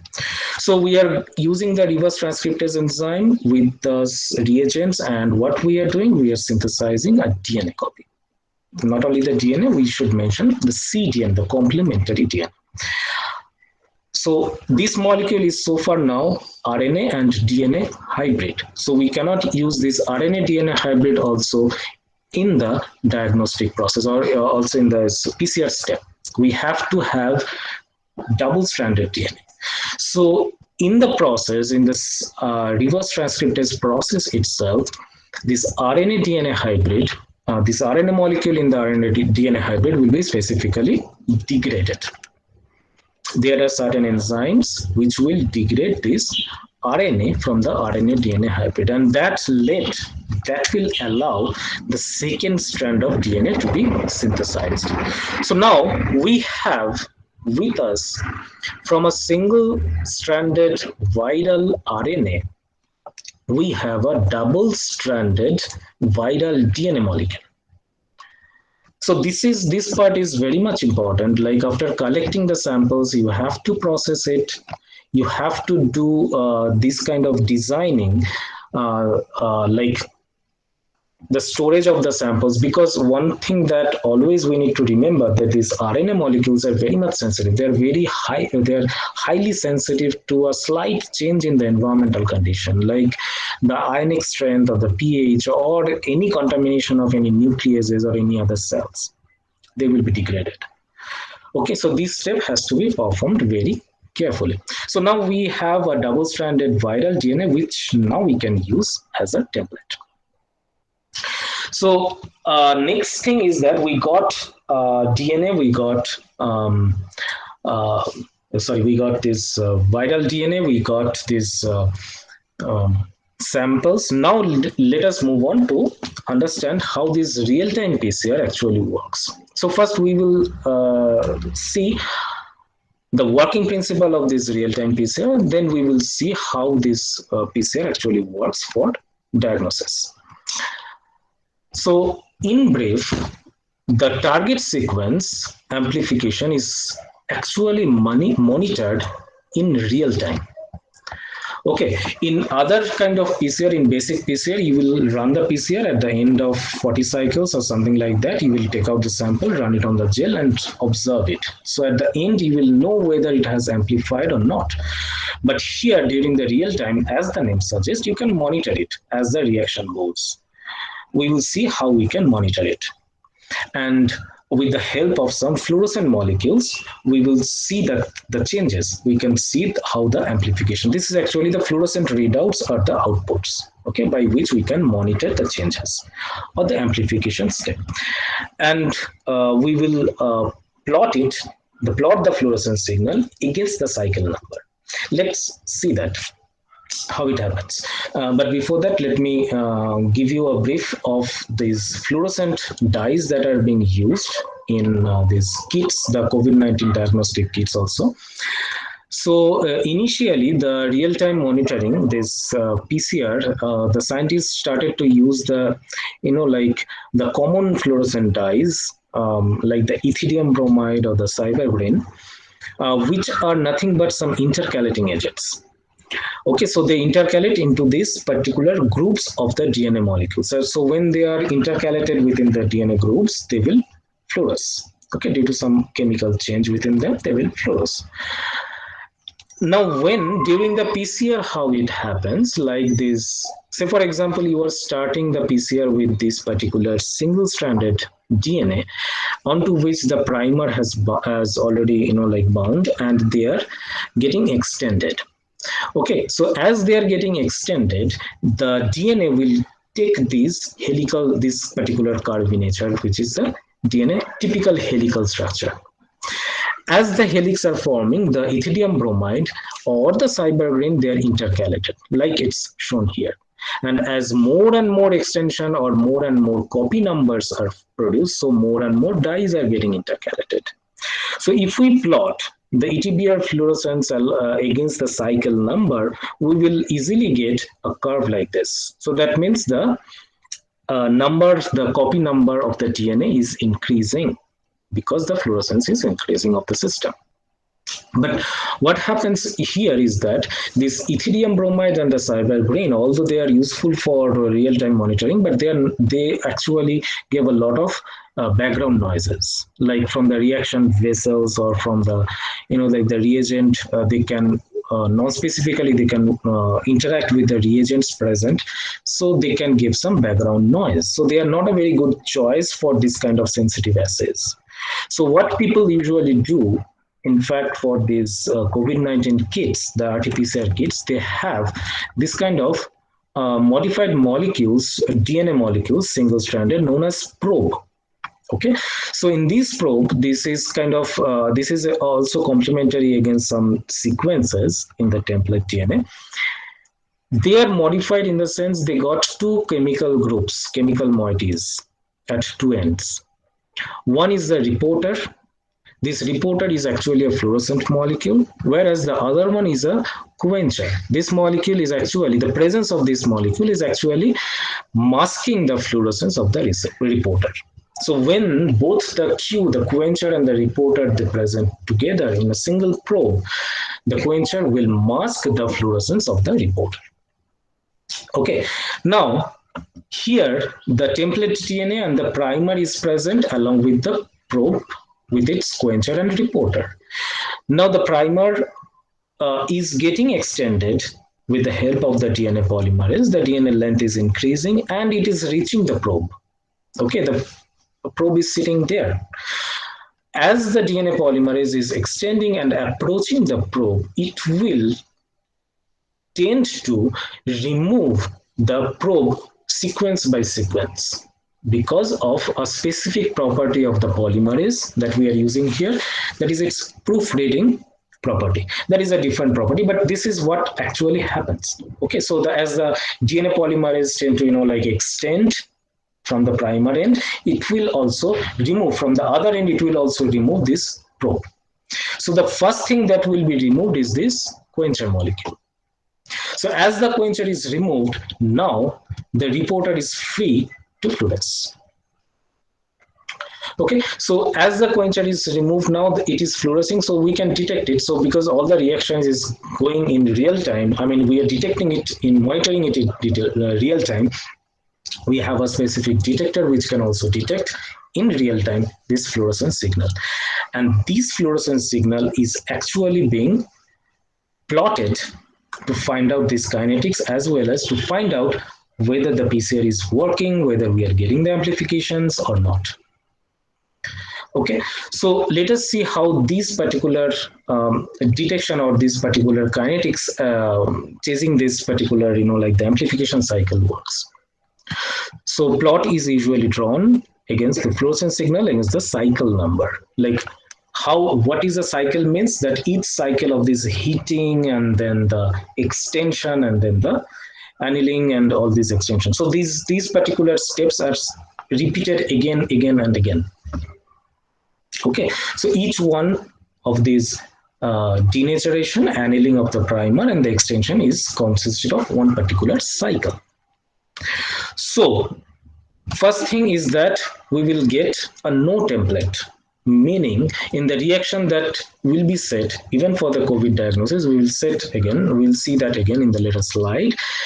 There will be a control which will be, a tube will be there where there will be no template at all. We'll be not putting any template just to see whether the fluorescence is not increasing due to some non-specific things, non-specific reactions. Okay, so it will come as a flat line, ideally. Okay, it will come as a flat line.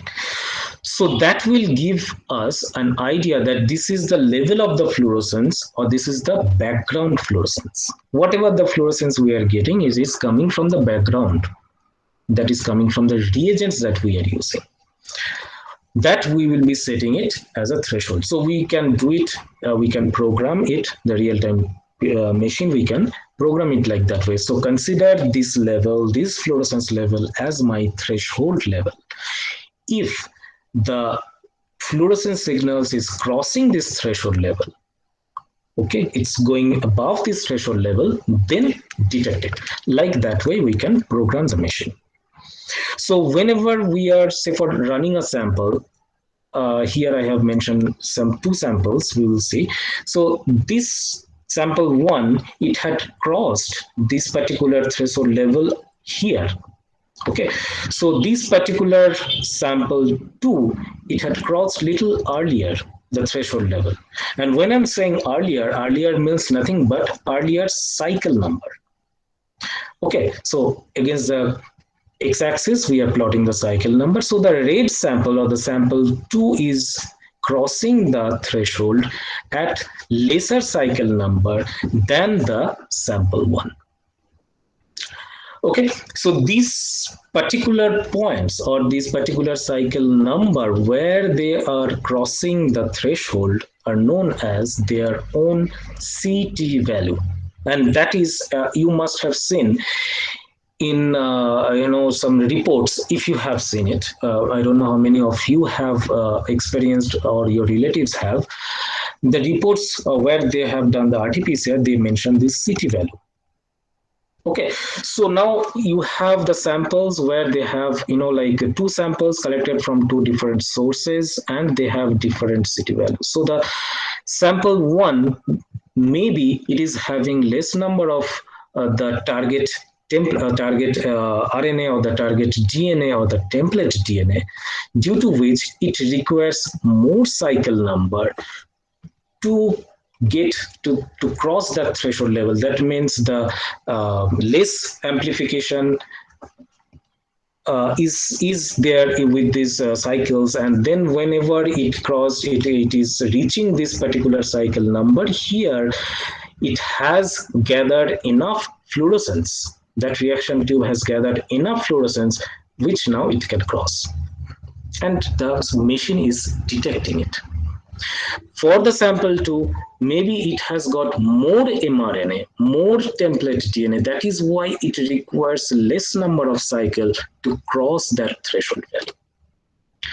Okay, so this is actually how we can analyze the presence or the amount of the template DNA or the presence of that equivalent amount of the mRNA in one, two, or number of specimens.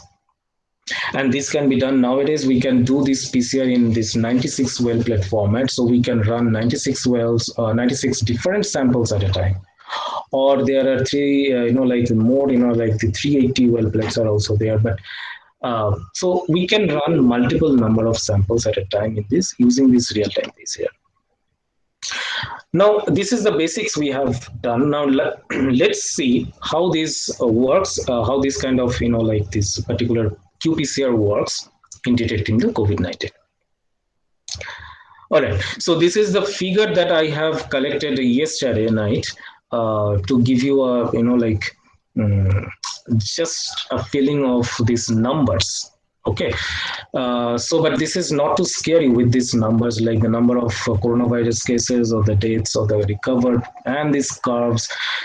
But why I bring this particular figures, two figures in my lecture is just to give you the feeling that these numbers, getting this curve is largely possible due to all these diagnostic tools that we have today. And majority of these numbers are due to this RT-PCR based diagnosis. So what is the process for this, the flow chart, which usually the clinicians follow or the pathologists follow? Obviously, collection of the sample, that's a very huge job, and it is not only the collection of the sample, but also storing the sample. In the report itself, you will see that on cold chain storage or something like that. So there you have to clearly store the sample in a very, very carefully, like in a very cold temperature. Otherwise, again, I'm saying these RNA samples are very much vulnerable. They're heat labile. Okay, so then the next step is this RT-PCR. That is another technical expertise. You have to send it to the lab where they will do the reverse transcriptase, they will do the RT-PCR. And then next, the report making or the analysis of the reports. How to present the report, how to analyze the data that has been generated due to this RT-PCR. So this whole process will take at least minimum 10 to 15 hours, even with the most advanced technologies. I'm not only talking about the RT-PCR only. Okay, so this RT-PCR will take maybe, like 1 hour to 2 hours, sometimes 3 hours. But the processing of the sample, collection of the sample, then getting the reports, it might take 10 to 15 hours. And in some cases where the places are remote, and the testing centers are remote, it can take up to 2 to 3 days, which is actually like happening in rural India. So always keep in mind that we this real-time PCR, this reverse transcriptase based PCR, is actually a qualitative test. We cannot quantify it. Okay, we cannot quantify the viral load and all those. That is not this particular technique is directed to, but it will only give you a qualitative results, like whether it is a positive or it is a negative. But if it is a negative, even if the negative results are there, you cannot be sure, because if the symptoms, sometimes like the person may come with some symptoms, but his or her report is showing negative, then you must go for some other kind of test, like the serological tests. Okay, that is always advisable. So let us just again come back to this particular picture where we have seen earlier also this one, this N protein, the presence of N, S, M, and E proteins. So when we are designing this particular RT-PCR, like the plan of action, like how we will be doing this RT-PCR, the primer, designing the primer against what will be our target. Okay, that is an important part of it. Because in the as we are also discussing in the first part of the lecture, like so many variants and so many questions came with this variant, the delta variant, the delta plus variant, and the mutations. So all these things we have to keep in mind, that due to these variations, due to these mutations in the nucleotide sequences, we should not miss the primer binding region. So that has to be chosen very carefully. So from the nucleotide databases, we have to select the regions in the viral RNA which are more or less conserved and which are showing less amount of or less frequency of variations. That is kind of important here in designing the primers. So you can you can target any of these, like this E gene, S gene, or the RDRP, the RNA dependent this RNA polymerase, which is that gene is also present within the viral genome. And the N gene, as well as the what ifs are nothing but the open reading frames. There are many what ifs present in the viral genome, viral RNA. So any of these what ifs you can use. Okay, but again, you have to be very careful from the published reports, that these ORFs are not showing any rapid mutations. So from the database, we can gather up all these informations. So the E gene is also there. So from a list of these genes, we can design the PCR reactions with at least 2 set of genes. Okay, just to make sure, because many of these genes, like these envelope spike genes, or it is possible that it can match with some other coronaviruses which are already present in our system, like the common influenza virus. It is also a coronavirus. Okay, that can have some similarity. As I remember, like Dr. Roy was showing some slides where there are certain sequence similarities. The conservative sequence are there between the different species of virus, or the variants of virus, strains of virus. Okay. So if I am choosing only one, then it might be, can give you a false positive. Okay, if some other virus is present at the same time in the sample. So at least two have to be chosen. And nowadays all the kits are coming up with 2 different primers.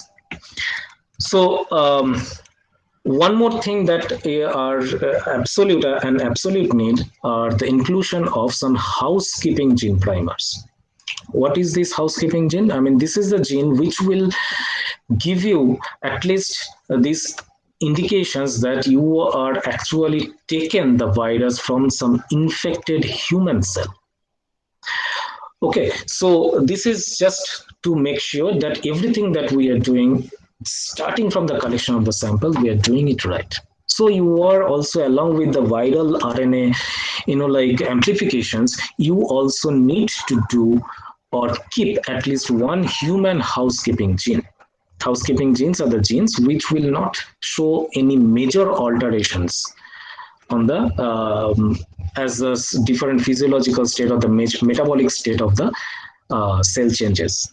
Okay, so one of the genes there are many housekeeping genes. So one of the most commonly used genes here is the RNase, a nucleus. And the probe that are used, I have already told you that the Tachman probe will be used. Okay, so majority of the kits nowadays for the COVID-19 diagnosis, they use this Tachman kit, Tachman probe. So the same thing, for okay, before going to the graph, everything like we have all the reagents we have, now we need to design the experiments, like how to set, how to make sure that whatever we are doing, what as I told you, like starting from the sample collections, the reagents that we are adding, whether the reagents are working properly, whether the PCR that we are running, whether it is working properly, the enzyme, the polymerase that we are adding, or the reverse transcriptase has taken place, that reaction has taken place properly. For everything, we need to set some controls. Controls means which will tell you whether you are doing it right. So the first control that we need to have is this no template control. That the same thing, that the same one that I have shown you earlier, that there will be one reaction tube with no template, just to show whether the background, where the background fluorescence is, where the background by which we can minimize the background noises. The second control that we need to have is the positive template control. It is a known COVID DNA sample.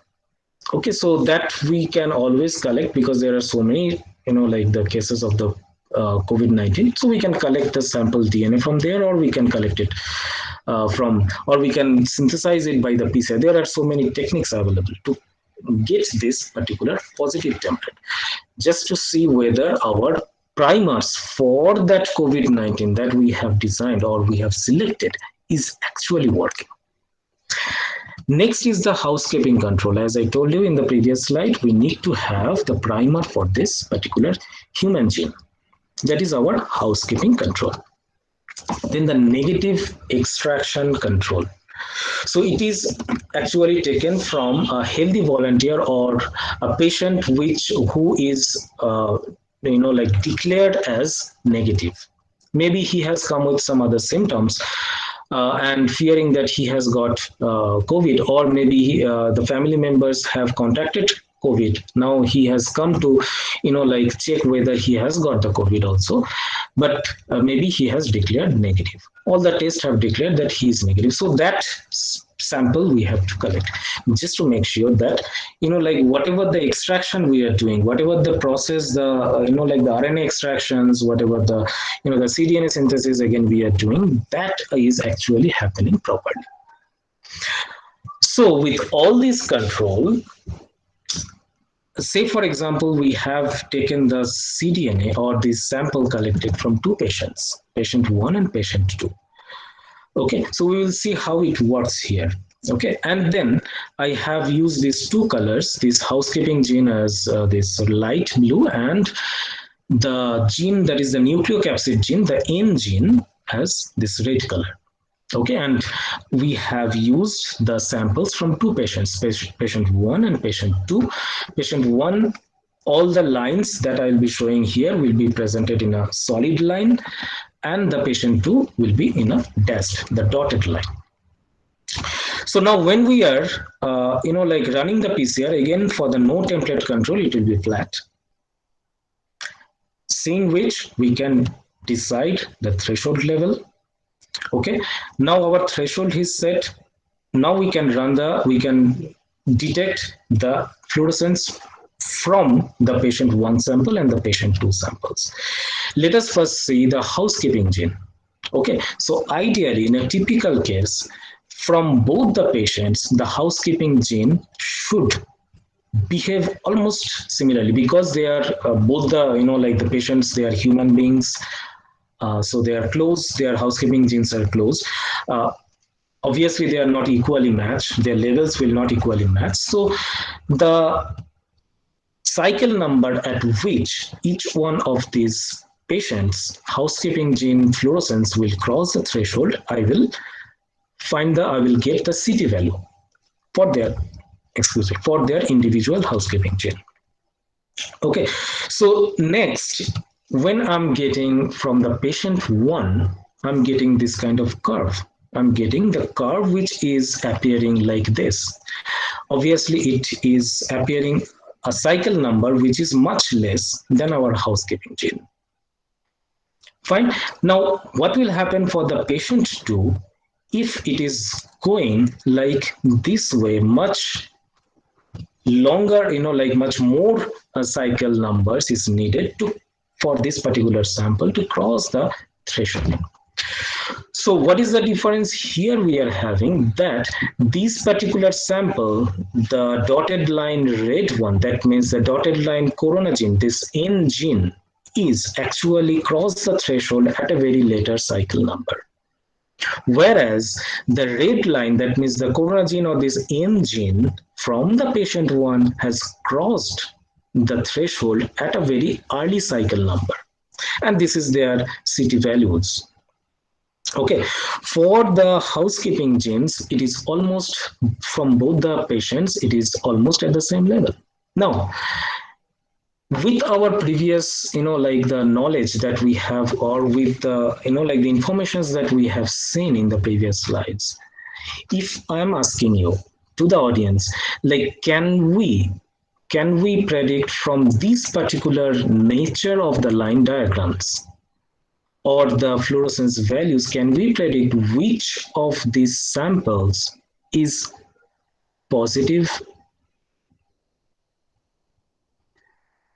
This is just a question. I mean, like, just for you, I mean, like, just to think about, like, as a scientist or as a student, you can always, ask these questions, like, where it will be, whether the threshold or this CT value will be less for a positive, or the CT value will be high for a positive sample. So as we have discussed earlier, like wherever the mRNA or the template or the target DNA, okay, that amount is very high, there the amount of the, or the number, or the copy number of the target DNA is very high, so they will make more copies requiring less number of cycles. So the more mRNA or more target DNA, less number of CT value. A very less number of target DNA or mRNA, then it requires more CT or more cycle number to cross the threshold. So we can easily assume that the person, the patient one, who has crossed the CT value much earlier has got a higher virus load, has got a very high virus load, due to which in his samples the viral RNA is much more higher in number, and then that is why the lines are crossing the threshold value at much less cycle number, and its CT value is coming like this. So in case of COVID diagnosis, ideally the kits that we are using, the RT-PCR based kits that we are using, it usually decided, or it is usually designed in such a way that the positive, for the samples which are positive for the COVID, their CT values will be less than 40. So 40s and less, they are considered as positive usually. So we can say that maybe this CT value is 23, maybe this CT value is 15, maybe this CT value is, so whatever the less number of CT value means, I mean, like, earlier this line is leaving the threshold, more is the virus load. Okay, so now with these particular kinetics, with these particular graphs, we can always, okay, so this is one, just a word of caution before going to the interpretation, that you have to have this housekeeping gene. We should not always focus on these red lines, which is our corona gene or the N gene. We have to focus on also the housekeeping gene, because if the housekeeping genes are not working, then that means something is problem. Something is problem in your assay, something is problem in your samples. All right. So how the result is interpreted? So here we have in the top row, we have the different genes from the, designed, this engine primer, this ORF1 primer. Say, for example, I have taken the primers for these two genes from the coronavirus, and then the housekeeping primer set. It can be any primer set. I have not mentioned any specific. And then what will be the result? What, depending on the data that is obtained. For example, if the engine primer is positive, that means it is below 40. Okay, the CT value is below 40. I have put plus. Okay. Again, remember, this is a qualitative test. It will only tell you positive versus negative. What if one, it is also positive, that is less than 40. CT value is less than 40. For the housekeeping gene, you have run it or you have not run it, depending on the kit that you have used. Sometimes some kits will be, like to use the cheaper variant, maybe it's the housekeeping gene, maybe they will skip it. Or sometimes this housekeeping gene is not showing up in the, like this curve. That is also sometimes it is also observed that this housekeeping gene is not getting like amplified because of the different like the human cell RNA degradation or something like that. But even all these things, if the engine primer, ORF gene primer, they are positive, the results will be positive, will be declared as positive, and you need to do some actions. Okay, you have to isolate yourself and treat yourselves.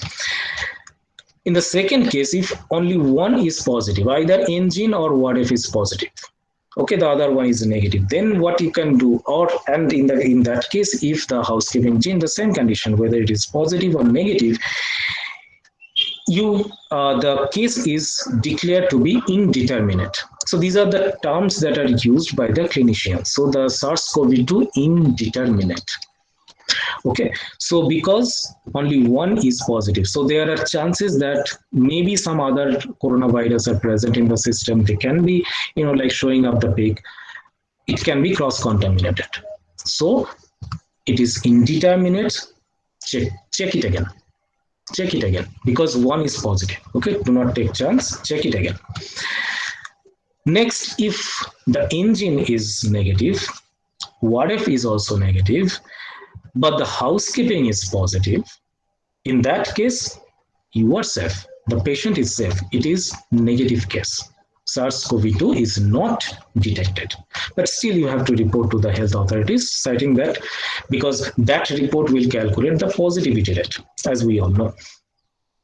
So this particular, the last case can be if engine is negative, you are not getting any signal, or you are getting a CT value maybe higher than 40.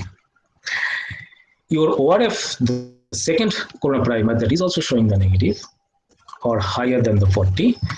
Your housekeeping gene is also showing the negative. So then you have to declare it as an invalid test, because the person is coming for the test due to some reasons. Okay, due to some reasons, he is suspecting, he or she is suspecting and coming for the test.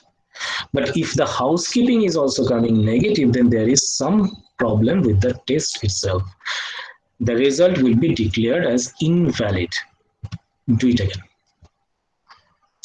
All right, so this is how the conditions are set. And but this is not the way that you will be getting the report.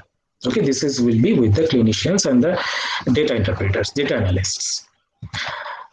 So you will be getting the report in this way. This is, I have collected from a known positive patient, and I have hidden their identity just for the, like make it public here. I don't want to make it public. So this is a typical, report will be given to the patient. You can see that the test for COVID-19 is by RT-PCR. Then some ID will be given, specimen collected from the nasopharyngeal swab. Condition of the specimen under cold chain.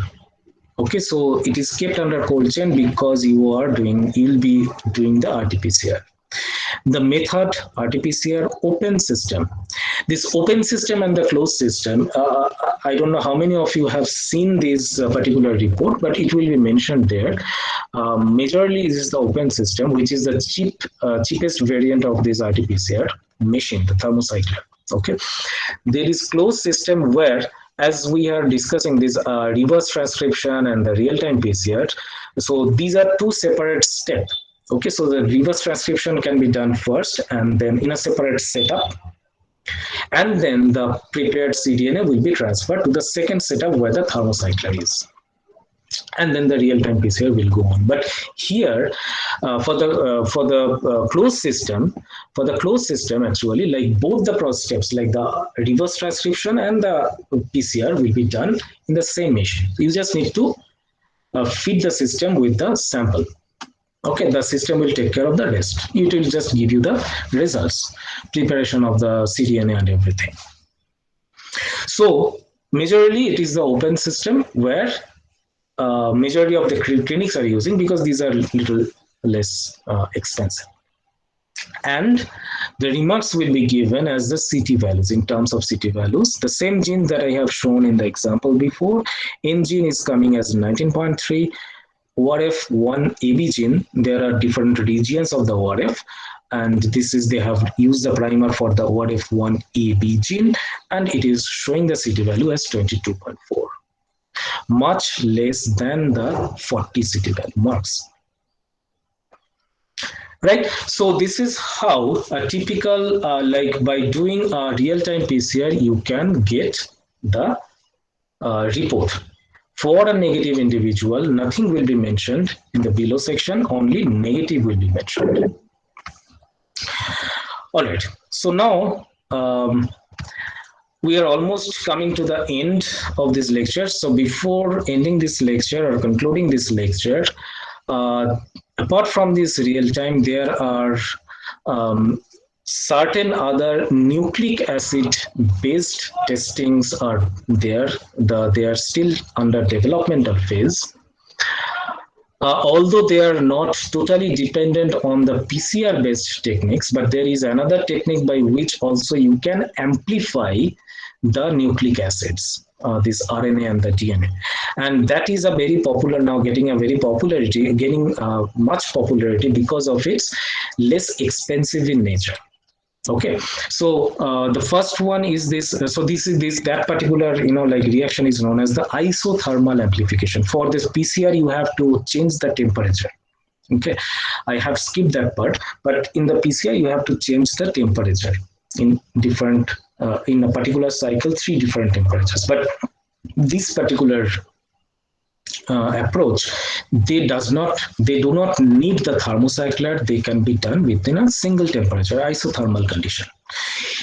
The RT-LMP, that or you can say RT-LAMP, this reverse transcriptase loop mediated isothermal amplification, you can use the viral RNA and then you can provide them with some polymerase and the transcriptase, which can do the like transcriptase will convert the RNA to DNA, and then the polymerase will convert the like more DNA copy numbers. So the polymerase will make the more copy, whereas the transcriptase will do the conversion from RNA to DNA. So the average time taken for this particular like approach is 30 minutes. For the next one, the RT-RPA, the reverse transcriptase recombinase polymerase amplification, that is another method which is even requiring less time, that is about 20 minutes to show you the results. Then the CRISPR-Cas based approaches are there, like the detector or the stop COVID, which will also take 30 to 40 minutes. So these are the different approaches nowadays. Again, they are under the developmental phase. They are still not, like widely used, I would say.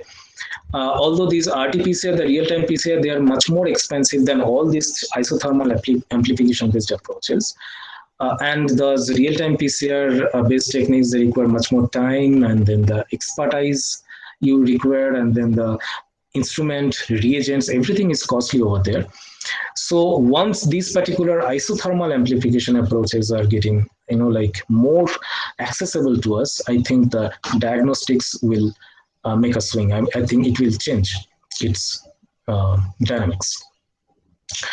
All right. So to conclude the lecture on this qPCR, it is still the gold standard, and I think I need this laptop to charge. It is still a gold standard, and it is a very reliable test. It is a rapid test so far, highly sensitive. It can detect even like 2 or 3 copies of RNA, even if it's present in 1 or 2 copies. If you can do the reverse transcription PCR properly, then you can detect it, and then it can be detected. The disease can be detected with the help of this tool at a very early stage. You don't have to wait for like the cellular responses or the immune responses like the other technique. You don't need to wait for like some time. You can detect then and there at the early stage. So with this, I'm concluding my lecture. Thank you all of you for your patience and listening to my lecture. And now, if you have any questions, I'll be happy to answer it. Thank you, sir, for your excellent piece of talk. Now I am starting the question answer session, and starting with Devanando, our student asked that, are CT scan helpful for diagnosing COVID-19? Well, CT scan is it is helpful for looking at the changes. Obviously, like if you are getting some X-ray diagrams and then you are checking how the organ is getting affected. But that is not actually advisable always for a COVID patient, because when you are exposing already immunocompromised, because when you are infected with this particular disease or the virus, your immune system is already weak. Okay, and your cellular defenses are already weak, so you are fatigued, you are weak, your systems are not running properly, and on top of that you are exposing yourself to the CT scan, which is nothing but X-rays. Okay, so that can adversely affect your cellular function. So the doctors are not actually recommending CT scan for diagnostic purposes. If possible, some alternatives, obviously. But if to answer your question, it is possible. It is possible to look at the changes of the like the internal organs, how it is changing, the inflammation is taking place, or the lungs capacity, or all those changes. You can see it, and it is possible, although not recommended. Okay, next question from Ruchika Agarwal. Sometimes a person tests negative for RT-PCR even though he or she has severe symptoms. Why it is so? Yeah, like I showed you the graph in the beginning. Like the symptoms are the fever or the headaches or the fatigue, or like the diarrheal symptoms or some others, the symptoms that we are associated with the kidneys and all those. It can take place like at a little bit later, when the disease has been internalized. I mean, I'm saying the disease internalized because it is no longer like restricted to your respiratory tract. So what we need to keep in mind that this RT-PCR technique is useful at the very initial stage, when the viral load is still, or the virus is still in your alveolar cells or in your respiratory tract. You are collecting the cells from there, and then you are doing the RT-PCR. But if you are getting late to go to the diagnostic centers and getting yourself diagnosed, then maybe the virus has already like left your respiratory tract and started infecting the other organs. So you are showing the symptoms, but when you are doing the same RT-PCR from your respiratory tract, you will be not getting the like the signals, because the virus is no longer there. The live virus is no longer there. This is the main reason why you are not you are negative in RT-PCR results, but still you are showing the symptoms. Okay, next question from Anshma Singh. Is RT-PCR fully reliable? If not, what is the percentage of error one can get in the result? Well, the percentage of error, it varies. It varies from person to person because of different reasons. Like sample processing and the collection of the cells, and like the state of the person, like if he or she is like already having some other virus load, so then, and in that case there are chances of cross contaminations. And as I told earlier, like the false these false positives can be there, the false negatives can be there, as well as if you are showing the symptoms, you can be like declared PCR negative, but still you are having the disease. So it's the same reason is there for RT-PCR to be not effective at later stages of the disease. At later stages, obviously, always the serological test or the antibody test is better option. Okay. Next question by Ruchika Agarwal. If the RT-PCR test is negative, but the patient is advised to have the CT scan done, are the frequent radiation from CT scans safe? The same thing I will repeat again. Like CT scan, obviously it need to be done when the patient is suffering, like having really bad or I can say the respiratory trouble, okay, as a post-COVID symptoms. So the CT scan is always advisable there to see what is the condition of the lungs, and accordingly you have to go for the treatment. But RT-PCR negative, and then you are going for the CT scan. I mean, let us not relate these two things here, because RT-PCR is done for purely for the diagnostic purpose. And CT scan, when you are talking about this CT scan repeated exposure, as you are talking about, definitely you have to keep some gap of minimum, I think 15 days they're recommending right now for like successive CT scan. So you have to keep some gap for, because you are obviously exposing your whole body against the X-ray, which is not good. Okay, so let us not think CT scan as a good or recommended diagnostics. Next question from Sukanto Rana. Rapid antigen test is reliable. Why? And another question, among RT-PCR and rapid antigen test, which is more reliable? The last question was by Devananda. Okay. Rapid antigen test, I mean, these are actually based on, as I have shown you in the pictures. I can go to that slide if you permit once again. So it will be easy for me to, yeah. So this, just a minute.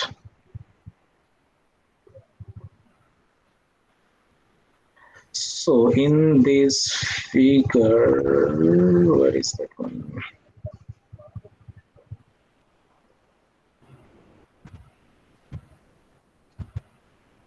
Yeah. Okay, so if you can see this figure, so here the antibodies are these IgG and the IgM. Okay, so you can see this purple dot line and the green dotted line. So these are coming much later in the infection stage. Like this week 3, they are getting the peak when the virus has already left the respiratory tract. So whenever you are talking about this rapid antigen or the rapid antibody, whatever it is the test kit, you are using at this level, because at this stage only the antigen, the viral antigen, if you can process, you can do it. You can take the antigen test and you can do the like the kit based detection and all those. So there maybe the antigen test will work, but the antibody, if you are talking about these IgG or the IgM detections, you have to wait till that latency period or this incubation time is over. For each of the virus, they have a specific incubation time. They have to multiply a little bit, and then only the host, like the host will build up the immune defense, and they will start to produce all these cytokines, produce these antibodies and all those. So there is, that time is a factor here. So at what time you are going for this particular diagnosis, your doctor will prescribe you, either you will go for the RT-PCR or you have to go for the antigen antibody test. Okay, so that your doctor will tell you. So every time early detection means PCR. If you are coming to the doctor and telling that I am having these symptoms for the last 2 weeks or 3 weeks, and now I'm coming for the detection, obviously they will recommend you for antibody test, serological test.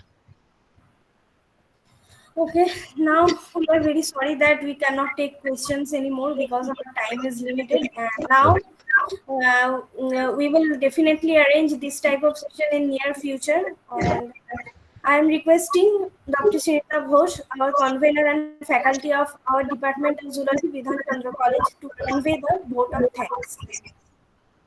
Over to you, Thank Shrita. you. Thank you, Shagarika. So, an event like this cannot happen overnight. The wheels started rolling weeks ago. On behalf of the organizing committee of the national webinar titled SARS CoV-2 Pandemic of 21st Century, and on my own behalf, I convey my deepest gratitude and humble thanks to our respected principal sir, Dr. Falguni Mukhopadhyay, for extending his kind cooperation. I hope we may also get guidance as well as active managerial help in the future from you. We believe we need to arrange more such academic disposes that will help in understanding various problems in our society. I thank Dr. Amrita Roy and Dr. Showman Bera for their excellent deliberations and for sharing their valuable time for us. I'm also confident that we shall be honored by their gracious presence once again and would love to be enlightened in the future by their wisdom. I thank Bursar of our college, coordinator IQAC, for their valuable suggestions to the furthering of this webinar. I thank Dr. Amit Banerjee, coordinator of this webinar and technical advisor for taking care of all the troubles in arranging the virtual platform for this webinar. I also thank our joint coordinators, Dr. Sriporna Ray and Ms. Shagarika Mukherjee, for their suggestions and sincere help in organizing this webinar. I convey my special thanks to the office staffs of our college in helping the organizing committee whenever required with their continual support. I also thank our joint convener, Mrs. Nivedita Kaur Kormokar, for her seamless task of managing her session that helped in success of the webinar. I would also take the opportunity to thank all participants attending to this national webinar, and I hope they will enrich us through their valuable feedbacks.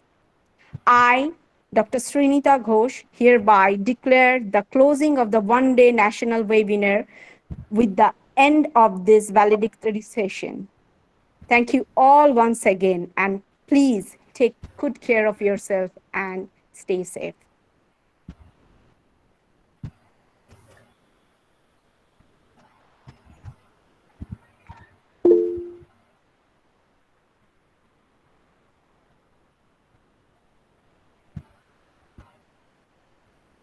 I just want to say thank you to all the organizers, principal sir, the convener, organizing committee members, HOD, Zoology Department for inviting us and giving us the scope. I'm really happy to see all these participants here, and thank you very much once again. Take care. Bye. Yes. Thank you, everyone, for allowing us or for inviting us to have a nice chat with you in the Saturday afternoon. And thank you, Dr. Srinita, for contacting us and inviting us to this present our understanding in this webinar platform. And last but I'm not the honored. least, thank you, all the students. You have been a lovely audience. Thank you. Stay safe. Thank you. Thank you. Thank you. Thank you. Thank you.